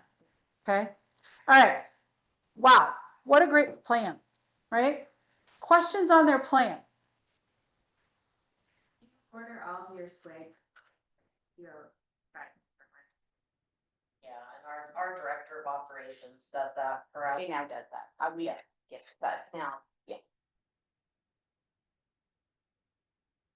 This is just a sample of what the Google form looks like that goes out if we just scan the QR code of how to sign up. It's very simple, not a lot of information. I just need your name, your address, your email, what area you live in, and if you're going to participate Friday, Saturday, or both. And you could put their phone number on here. And you could use the Laura Gillette magic questions at the bottom of this form, right? And remember what she puts at the bottom of her form is a default that says by filling this out, you're going to get a phone call from us, right? It's permission based. So different ways to use this. This is not a one way. Okay. All right. Anything else you want to add about garage sales? You know anything about a gateway different this year? Yeah, I would love to hear it. So. You're. Nikki's obviously the creative one and I'm the analytical one. So I was looking this year at, I thought it was interesting, we had less homes participate, but also I think, a lot of people participated and got rid of all of their stuff. What was interesting was the 80 homes that participated this year. I think it was 60 of the 80 or 70 of the 80. The vast majority were people we did not have a relationship with or had ever met. Like, it still blows my mind. I've lived in our community for 10 years. I was in the first 350 homes in our community. We have 1,800 now, right? How many people we still don't know? How many people we were given the permission to have a relationship with through this? Because at first I was like, oh man, there's not a lot of people signing up. We had like 40 or 50, and then we got to 80, and I was like, wow, how many of these we don't know? So having that permission to communicate with this new group of people is awesome. And then just two, value item takeaways. One, we got the most beautiful email this week from somebody who said, thank you so much for, putting together the garage sale, how much they appreciate all the things we do in the community. Just that. I mean, that in and of itself just like filled my cup. And then we also actually just recently had a listing appointment. And the listing appointment called us because of the work we do in our community. She's like, we used a different real estate agent to buy this house, but when and if we go to sell, we want to work with you because it's really important to us to work with somebody who knows our community and who gives back in the community. So again, it's not always, and I think you're going to need to just accept this with real estate. Anything you do doesn't always have immediate beneficiary results. You have to keep investing in it. I can't tell you how many open houses I've done where nobody came. But there's also that through doing these things over and over and over again is the opportunity for that person to walk through the door that can end up being a 3-transaction person you met off of an open house, which absolutely happens. But if you don't work the open house or you don't have the events, you're never going to meet that person. Yep. So Amanda, quick question for Yeah. you. And then my brain just went to smudge. Happens to me all the time. When you guys are marketing your events, so you talked about all of you. So I brought them all back up for a reason. Okay. So you talked about you use Nextdoor and you use your community pages and you use direct mailers. What's on your personal social media? I usually share this as well on my personal social media. Okay. I probably need to share more social media. I used to really share a lot. I should share more, but it's on our personal social media. It's garage sale. In the past we've done videos day of like Facebook Lives. One year I went and got coins from Kona Ice and I said, hey, if you come out and find me, I'm going to be in Town View, on these streets and I'll give you a free Kona Ice. Right? You can make it fun. You can do other things like that create more engagement, right? Or you could say, hey, I'm going up to the Kona Ice Truck between, I don't know, 12:30 and 1, and the first 15 people that show up, I'm going to buy Kona Ice for. Okay. Or if I see my clients around, I will just go and buy for my clients and be like, here you go, got this for you. Nikki, do you put it on your personal social? Yes. I put all my stuff on social. I don't even have we have a joint business, but I don't have like a real estate Facebook page anymore. I did at the beginning. And I just found that everybody wants to see more of who I am, not just all the houses that we do. And it really makes a difference. I kind of try to do a 3-1 ratio where it's like 3 personal, 1 business, but we've been really busy. So this month's been a little jilted, but, It's so nice to walk into a listing presentation when they feel like they already know who you are. They know you, they trust you, they know your why because they know my kid's going to NYU. They know by the time I sit down, they know the house I sold and they know my kid. Mhm. And it creates more of a trust when you walk in there. Okay, and for the two of you, I know the answer to this. Do you put your events on your personal social? And that's okay. So I did that on purpose because would you say that both of these groups are successful? One does, one doesn't. Okay, so don't feel like when you hear, oh my God, they do it, I just have to do it, or this is never going to be successful. Well, they're proven to, it's not true. What's authentic? Yeah, you. Exactly. Right, that's Okay. all that. And people pick up on that. If you're faking it, they pick up on that too. Okay, right. Any questions about the deep dive? On the how? Okay. Overwhelming. How many of you are like, going, I don't want to do that? How many of you are like, I could do this, I can feel this? Start small, that's my answer. Start with a smaller event. Don't start with an 1,800 size farm. Not gonna have fun with it and you're not gonna like it and they're gonna feel it. You know, if there's something that you love to do, you know, maybe present that to your community. If you love to play bunco, create a bunco group or, you know, just, there's so many things that you can do, but make it, I mean, there's a couple things we do, like I hate the Easter egg hunt. I don't like children. I have 3 of my own. I don't like anyone else's. But I mean, just like, I did it for the community, but that's not my thing. If I could not show up, I would. Okay, But so, for your big event, choose something that you like to do. Do you have a question? okay, So I believe your farm is not, one. You guys are Kent, you farm Kent. We all. And we live live farm. You have what? Yeah, live farm, live farm. The neighbor. Two major. and you do different things in Layden Rock than you do Candelas. I want to be super clear on that.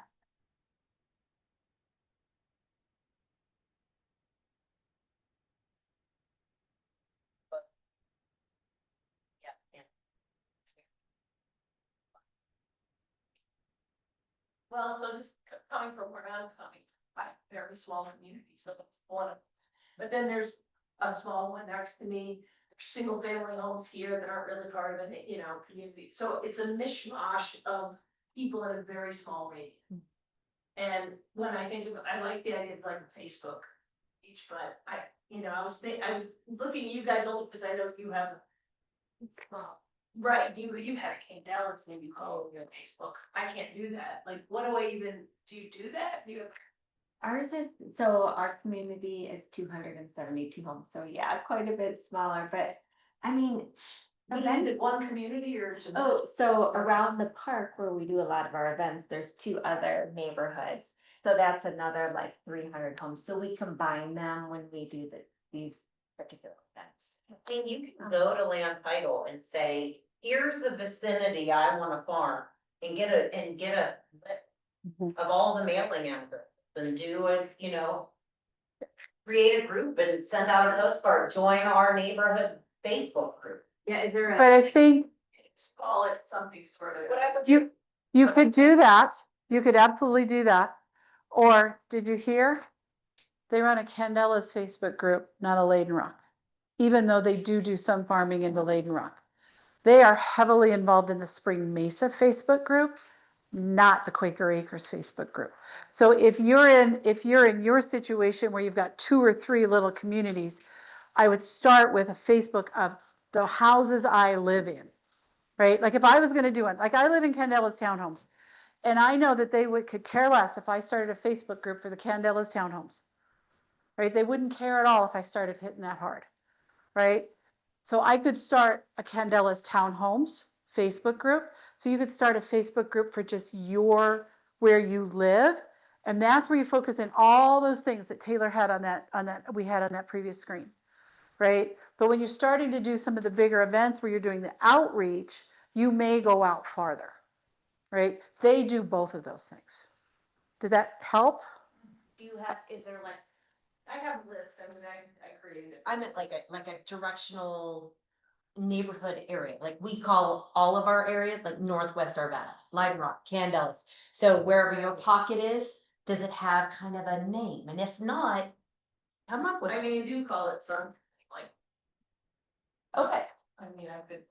the Sun Spring community or something, and just start, I mean, Yeah. there's so many people that want in Trailstone, which is a brand new building community, that they haven't created their own Facebook group I yet. keep trying to join mine and I keep telling them, sorry, they. If we had more time and energy, we would start a joint one for that one.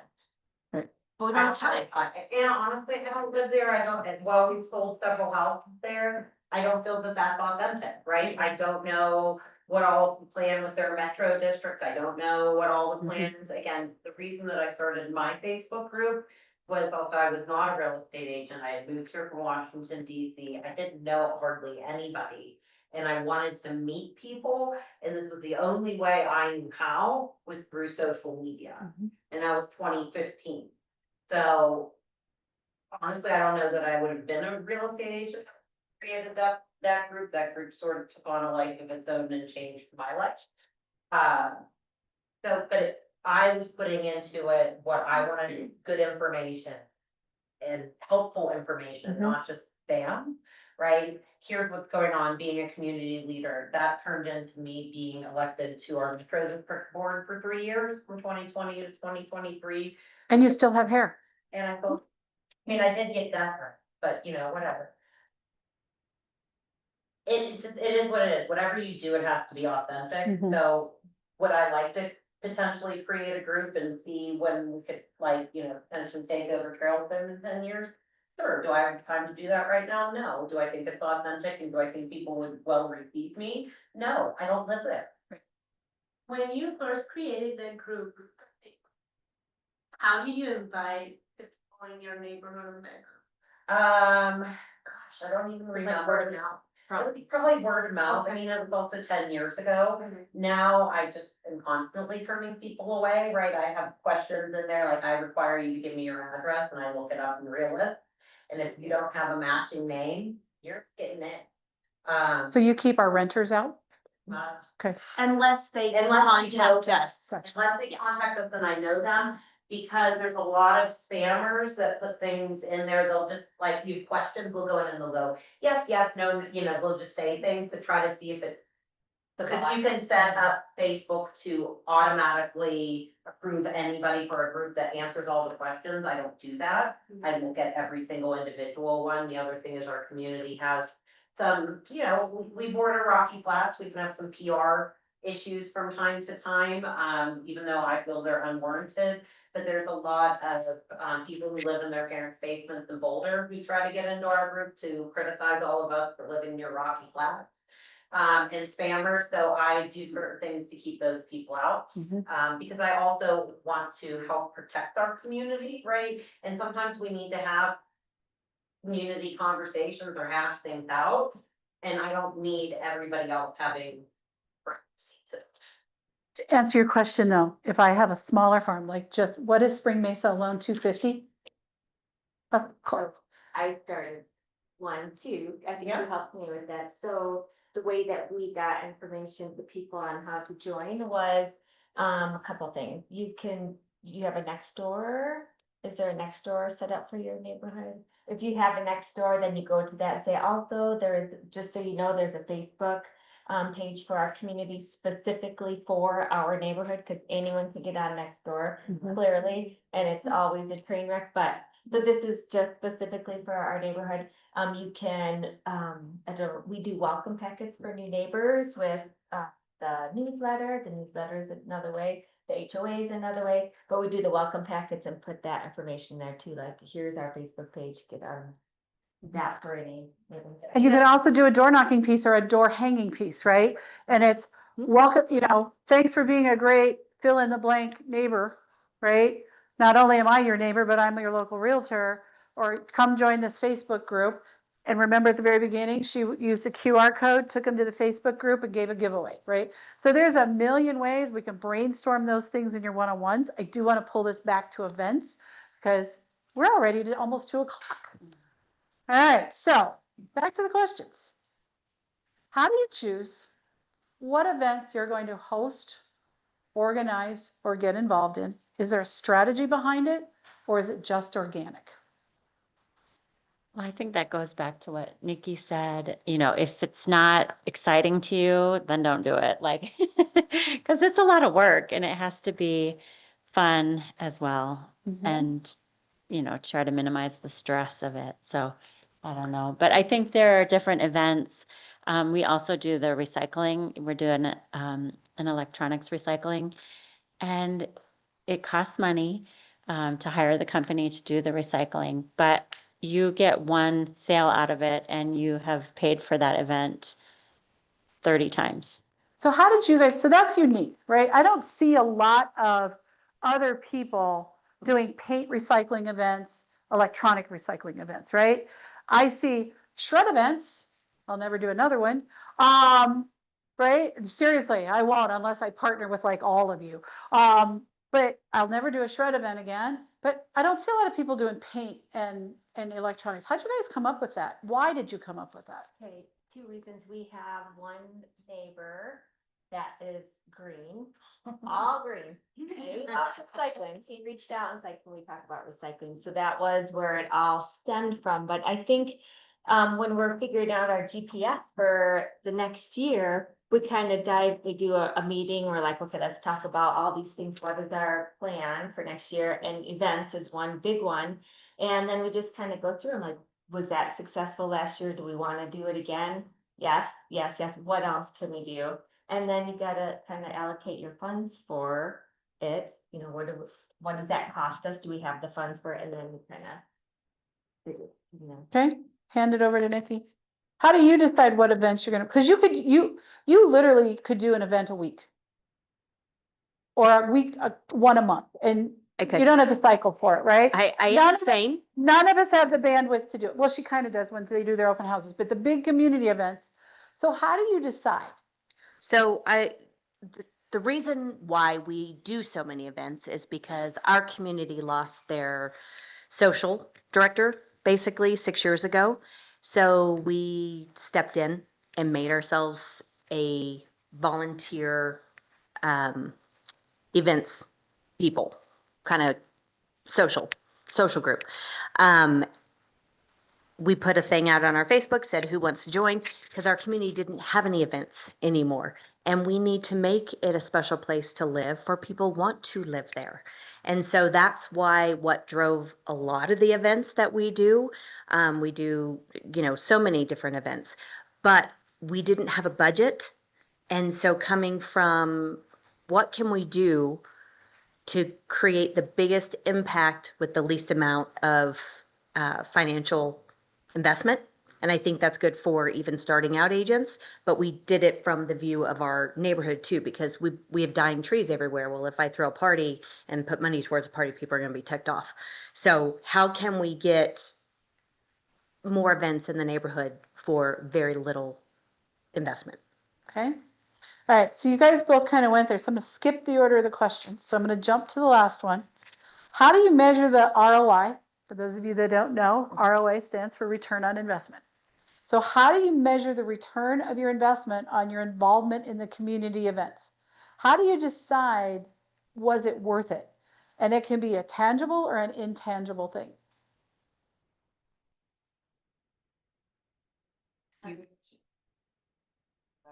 Yeah, go for it. I think just, again, like one sale from these events covers a lot.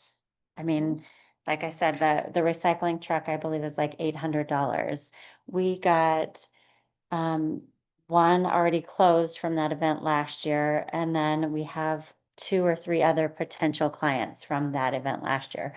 Now we're fast forward, we're doing it again this year, so we'll keep you posted. So for you, you have to, is it a situation where you have to tie a transaction that goes back to a specific event?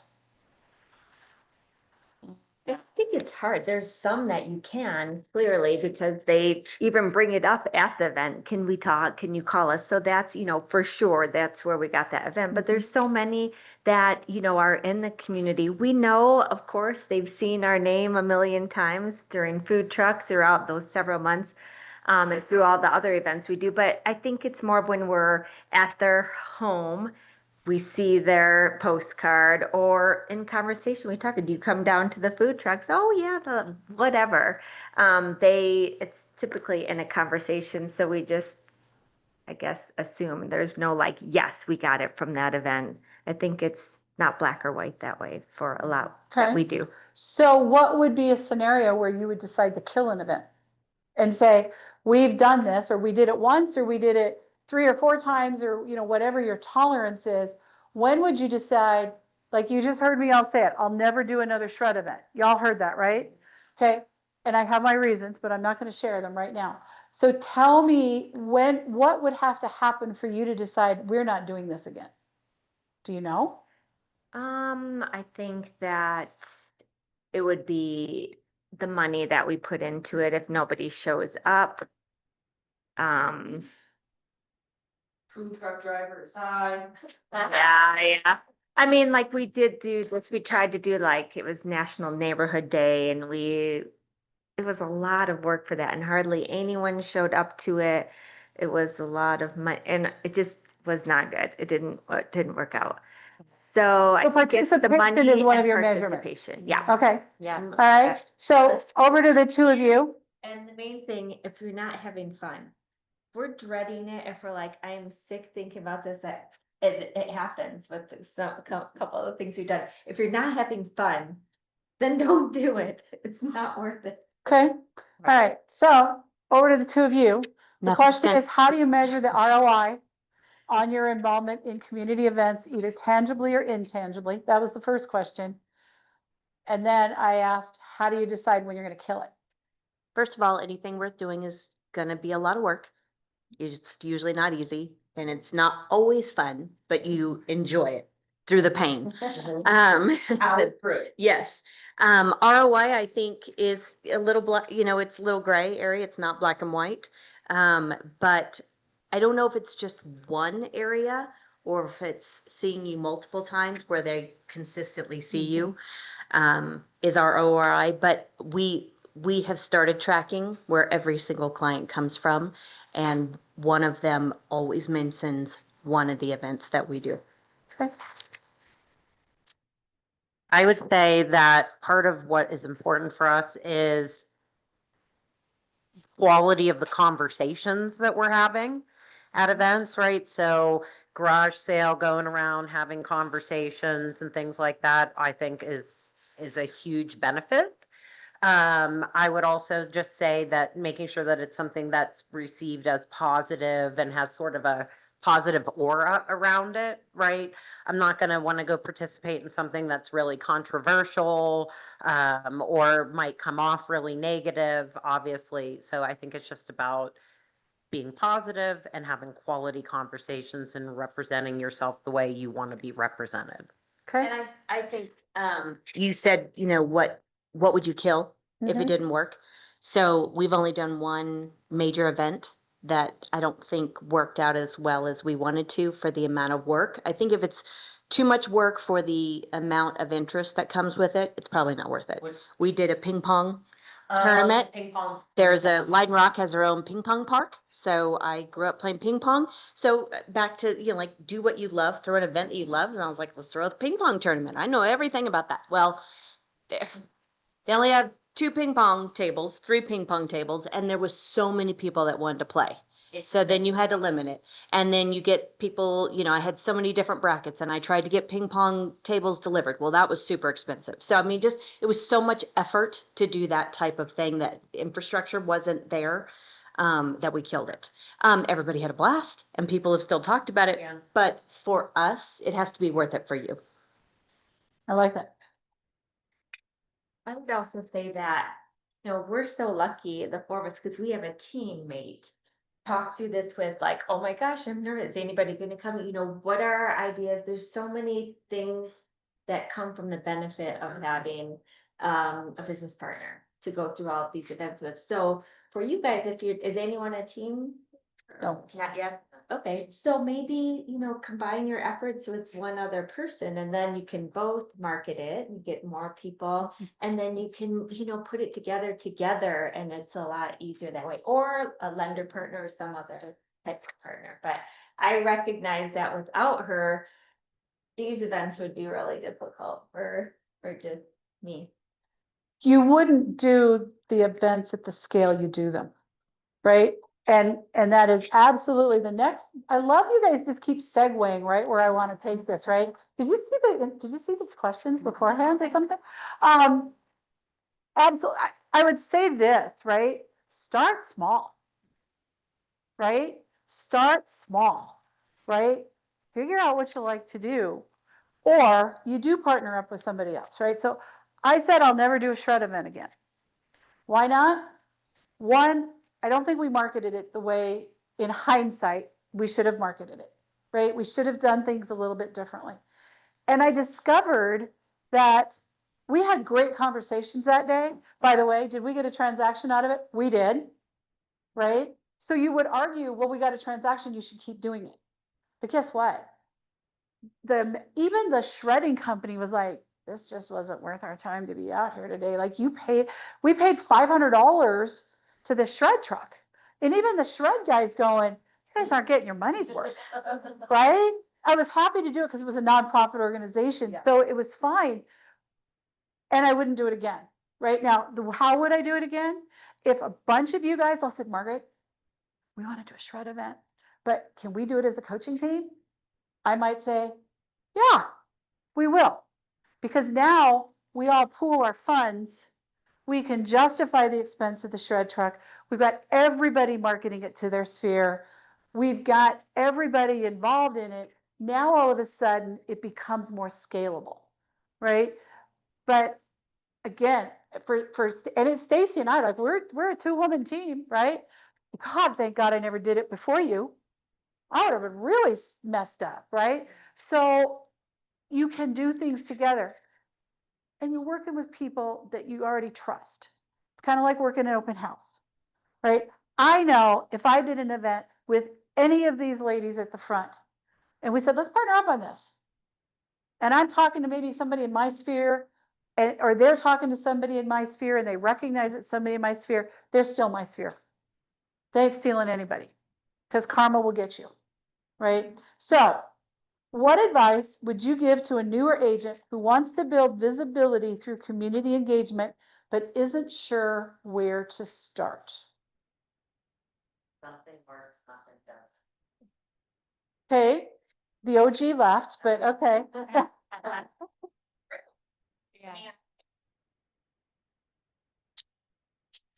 Try to identify what you know, right? So like Nikki knew garage sales. I did not. I've learned a lot about garage sales. But pick something maybe you know or that you can learn about that you can start small and authentically and just grow from there. But you got to do something. Doing nothing doesn't work. Okay. Nikki, what would your advice be? New agent, I want to build community events. But what would be your advice? Start with doing 12 a year? I would start with one and something that's very, can I say the event that I would start with or? Yes, go for it. Okay, so we have a holiday coming up. You've got time to plan. Halloween. There is a super inexpensive way to get your entire community involved. It's called Trunk or Treat. And if you do not have children yet, it's a very safe daytime opportunity to get kids out trick-or-treating. You can do it in the parking lot of a school, of a grocery store, of your neighborhood, where your clubhouse is, whatever. And all it costs is they don't have to pay to enter. You contact local businesses, local families in your area, and what they do is they decorate their trunk or their car in a theme, and they hand out candy. You provide the information, you get everybody to sign up, and then you just promote it through your neighborhood. It's very inexpensive. If you guys would like to dive in deeper, I'd be happy to help you because we've thrown it for the last 6 years as well. It's very inexpensive to do. You definitely want to have your own car in it. So it's basically just the expense of decorating your car and candy handing out.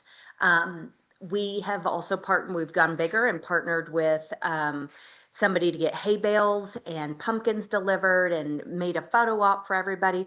We had our neighborhood vets come out to do a pet costume, and they were the announcer, so then they got to advertise their business.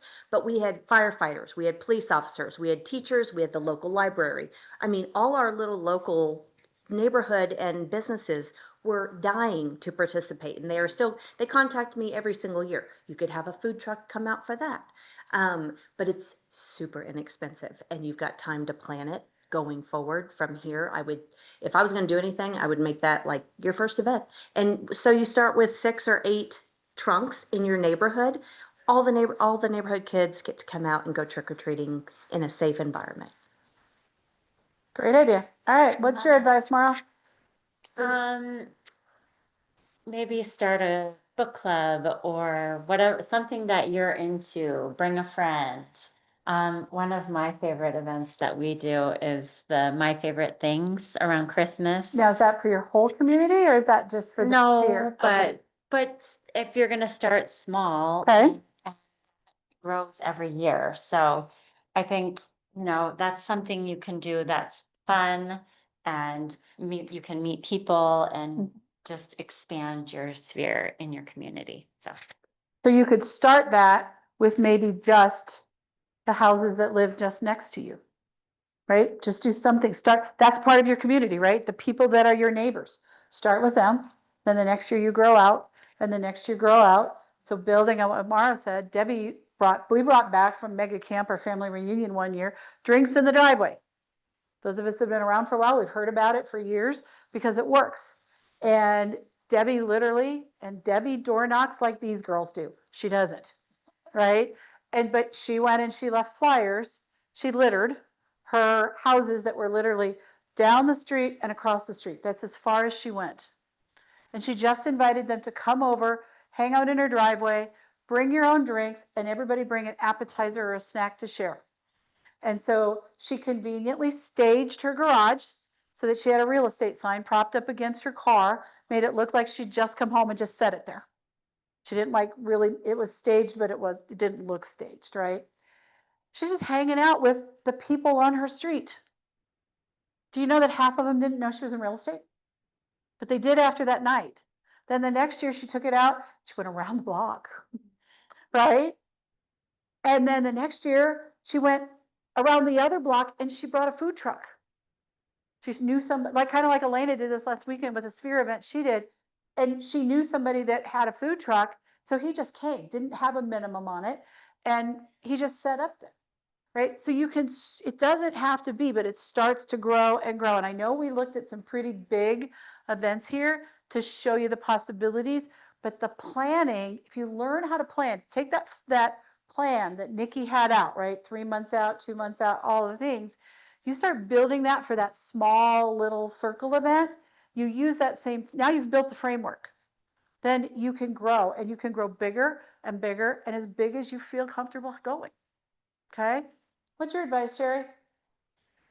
Well, I would start really small. I would probably get postcards out or something out to do some kind of recycle event where you don't have to plan anything except the spot for them to drop it off. Then I'd be at that spot with the KW umbrella or tent that they have with some donuts, and that's how I'd meet people.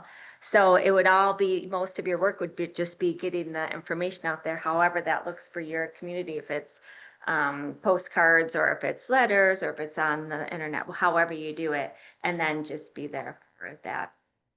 Then you don't have to do all the planning and stuff. That's me. So, And what did you say the recycle event costs? well, there's different ones. I'd have some people drop off batteries.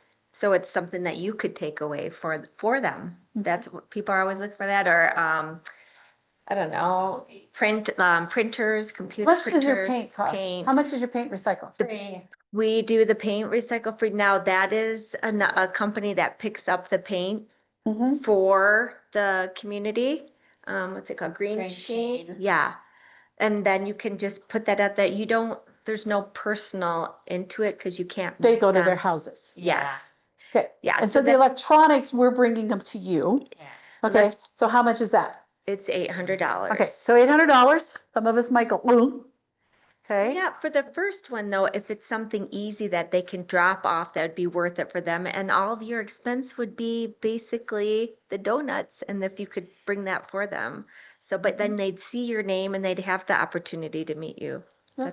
That's my opinion. But I'll tell you, I know there are vendors out there who will help you, right? Your home inspectors, your your title companies won't.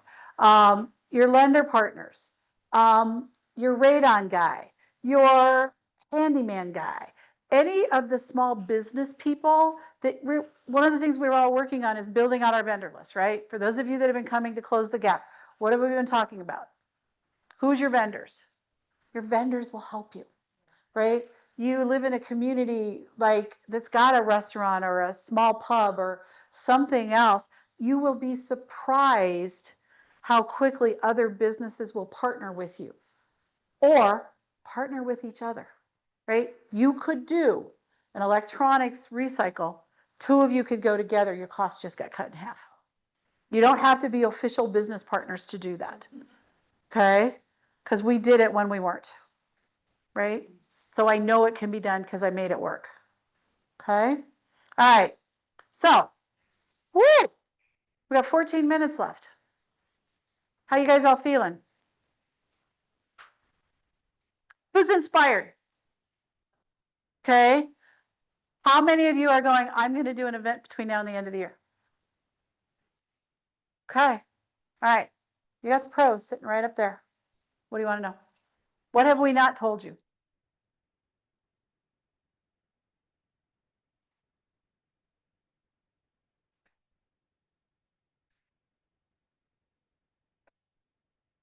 With us, we actually met each other year, yeah, year and a half before we became real estate agents. I threw an auction at our local elementary school, and she volunteered to raise some money, and she knocked it out of the park. And the next year she took it over, and I did the decor and stuff for her, and we were like, good, good. Yeah. I got contacted, we'd both been in the game for a year, we were really, we did, I think that's. My first year, I picked $1,000. Yeah, I made $6,000. Well, yeah, but you were a damn good skier that I year. was, yeah. Many years. But I got contacted off some random. Yeah. Just came up, I'm like.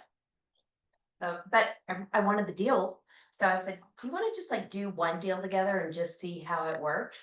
And we threw an open house on Super Bowl weekend, which everybody told us never ever to do. We had 100 people through that house. That was the month before COVID hit? Yeah. Yeah. So, and we had so much fun working together. It wasn't, we didn't just like jump into business together. We did a couple deals together. We talked to Kevin, our OP. We talked to Margaret. What does a partnership look like? We actually dated for a year and did every deal together just to see if it worked. And it's got to come from mutual respect and mutual drive of who, who works harder, who doesn't. And neither one of us, I mean, we're both constantly like, you're working hard. No, you're working hard. I should do that. I'm going to say this. This is the exception. And I would slide us in there too, right? This is the exception of two people teams that aren't married, We were the first non-married team. right? Yeah.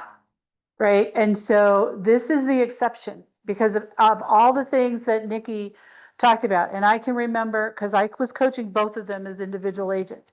And I remember looking at both of them and I'm looking at them going, you bring a deal.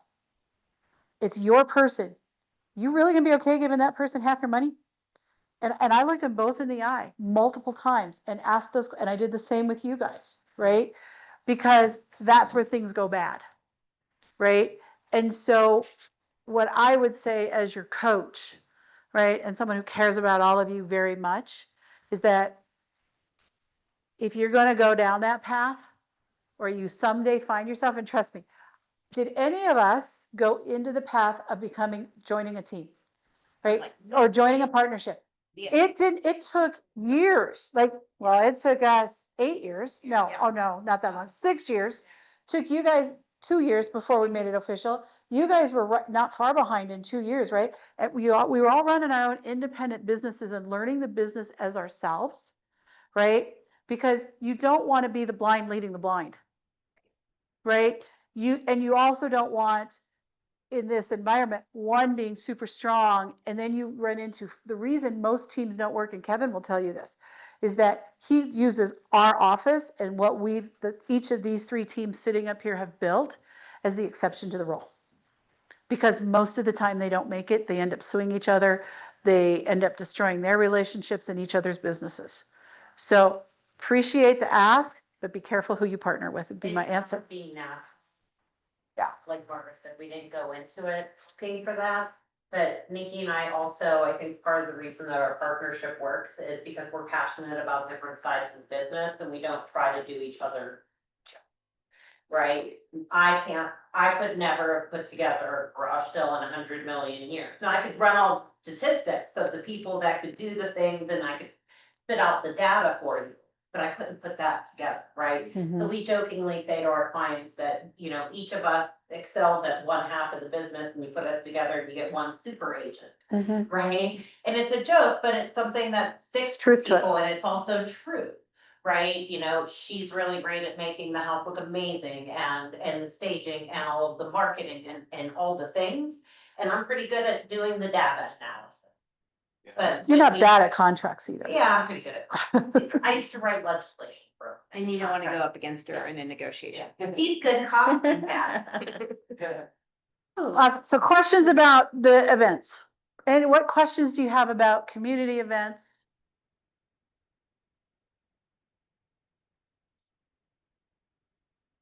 Which thing you just said?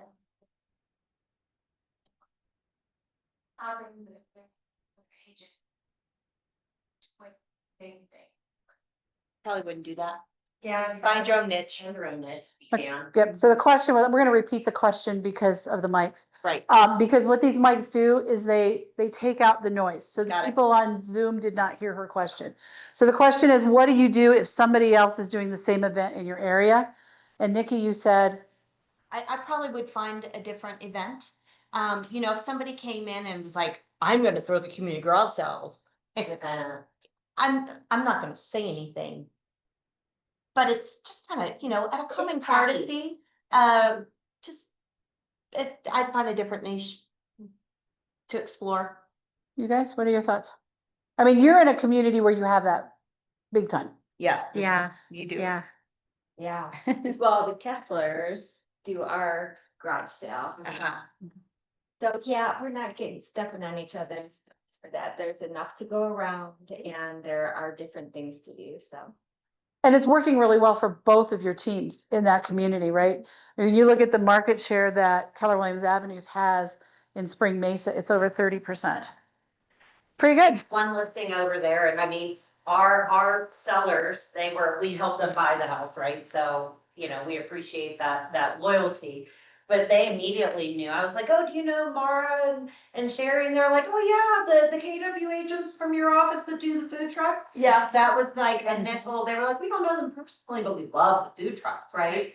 And they probably would have called you had we not had that relationship, right? But we called them But we immediately. called and said, them and we're like, just want you to know, Yeah. we have a listing in your neighborhood. We didn't go after it, but you know, do you want to use this as, you know, we gave it to them, I wanted them to host the open house and things like that. I want Very you to find the buyer because you know more about that community than I ever will. And I don't farm that community and that will probably be the one and only house that we ever help somebody buy and sell there, right? Not my farm, not my expertise. Somebody came to me, was like, I really want to live in Spring Mesa. I was like, well, let me introduce you to my friend.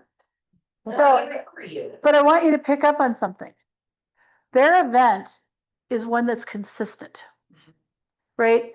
You can do a big splash event and then you'll see that they'll see you next year. But the key to our business is to be what? Consistent. Rememberable, right? We want them to remember us. We want to be top of mind when they're ready to transact business or they have someone who wants to transact business.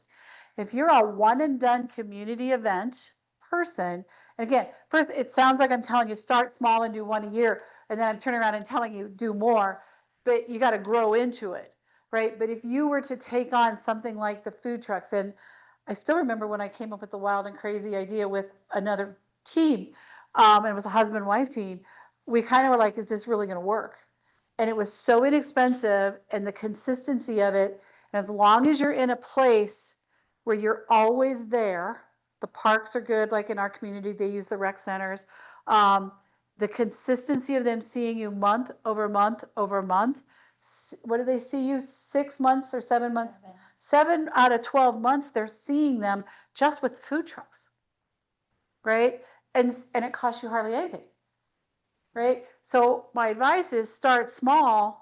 And if you can, and if you're in a position where you, in a place where you can do food trucks, not all of you are, right? But if you are, it is a great way that's a pretty low cost, right? And one of the things we're talking about with them for next year is instead of doing one postcard only, it's send out the big one, and then we got to tell them more because most people aren't going to remember 7 months ago that there's a food truck this month, right?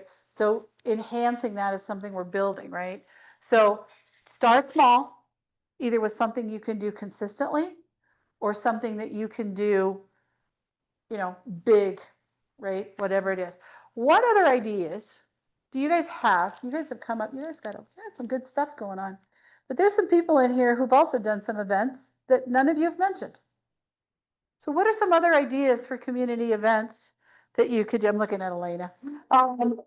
What are some other community events that you can do to build your panel? And she needs a microphone. Will you come up?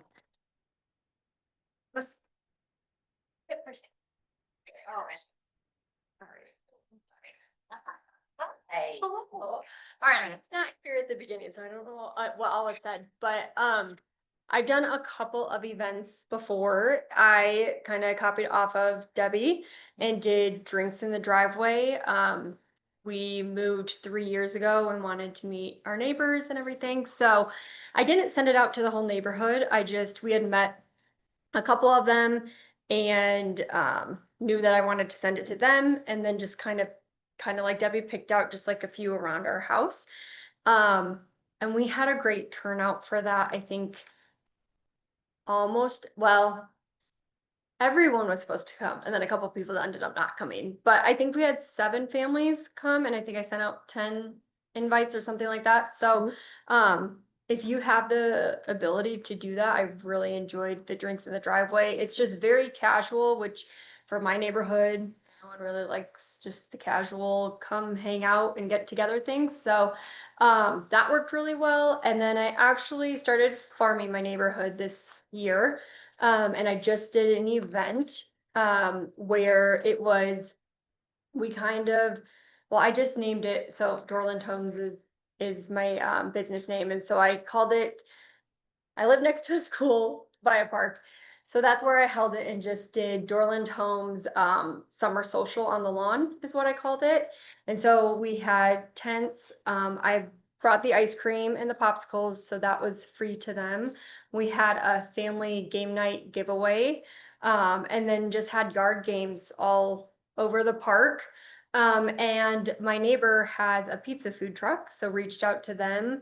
They came out, and it was a really good time.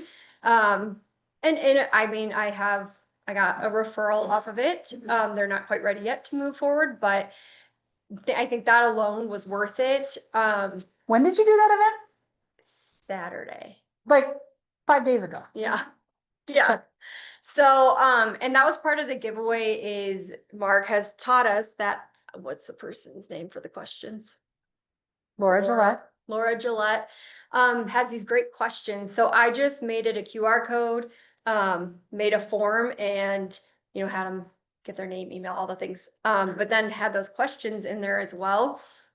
And one of them is like, do you know anybody who's looking to buy or sell? And it's yes, me. Yes, I have a referral for you, or no, not at this time.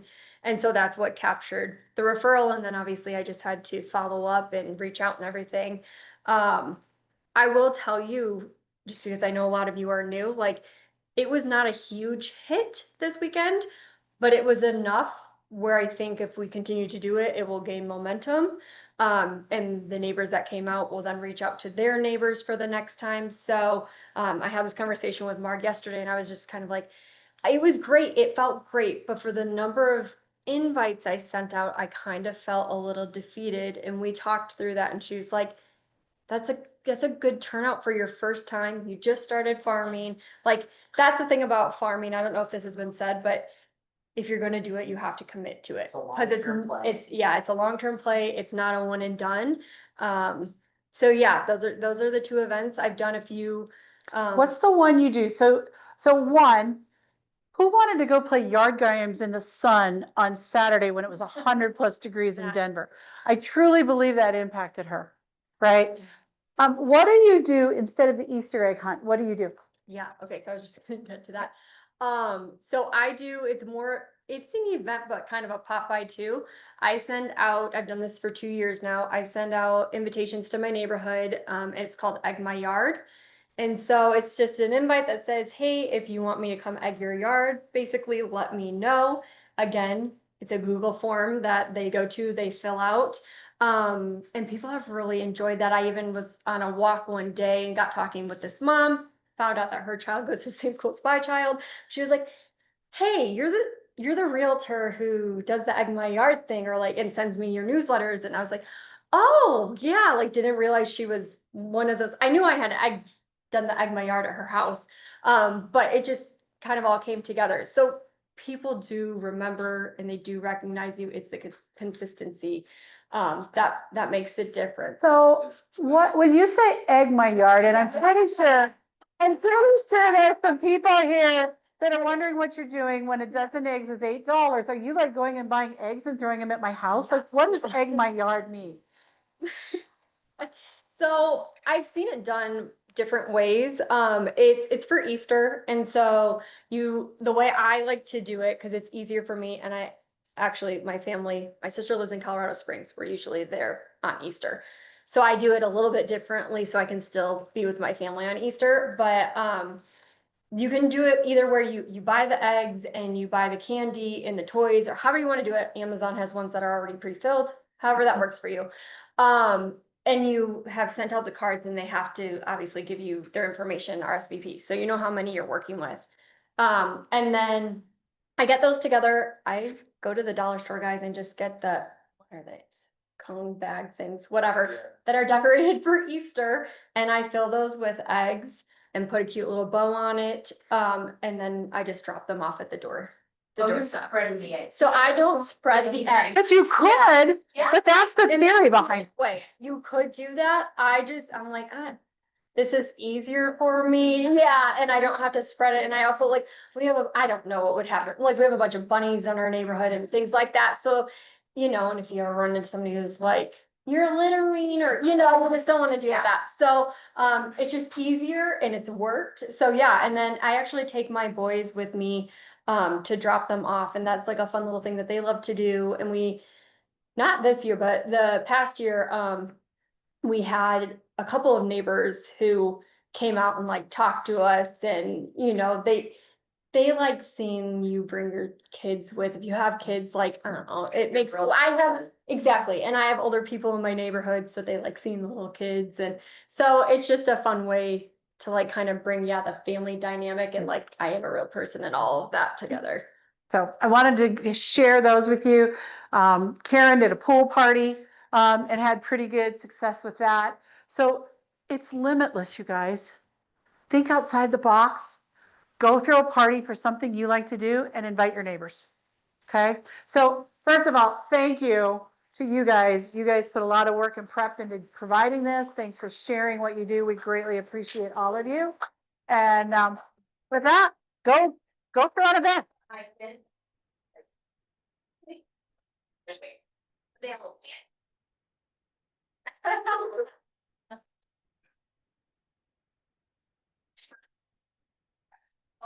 Hey, I'm there. So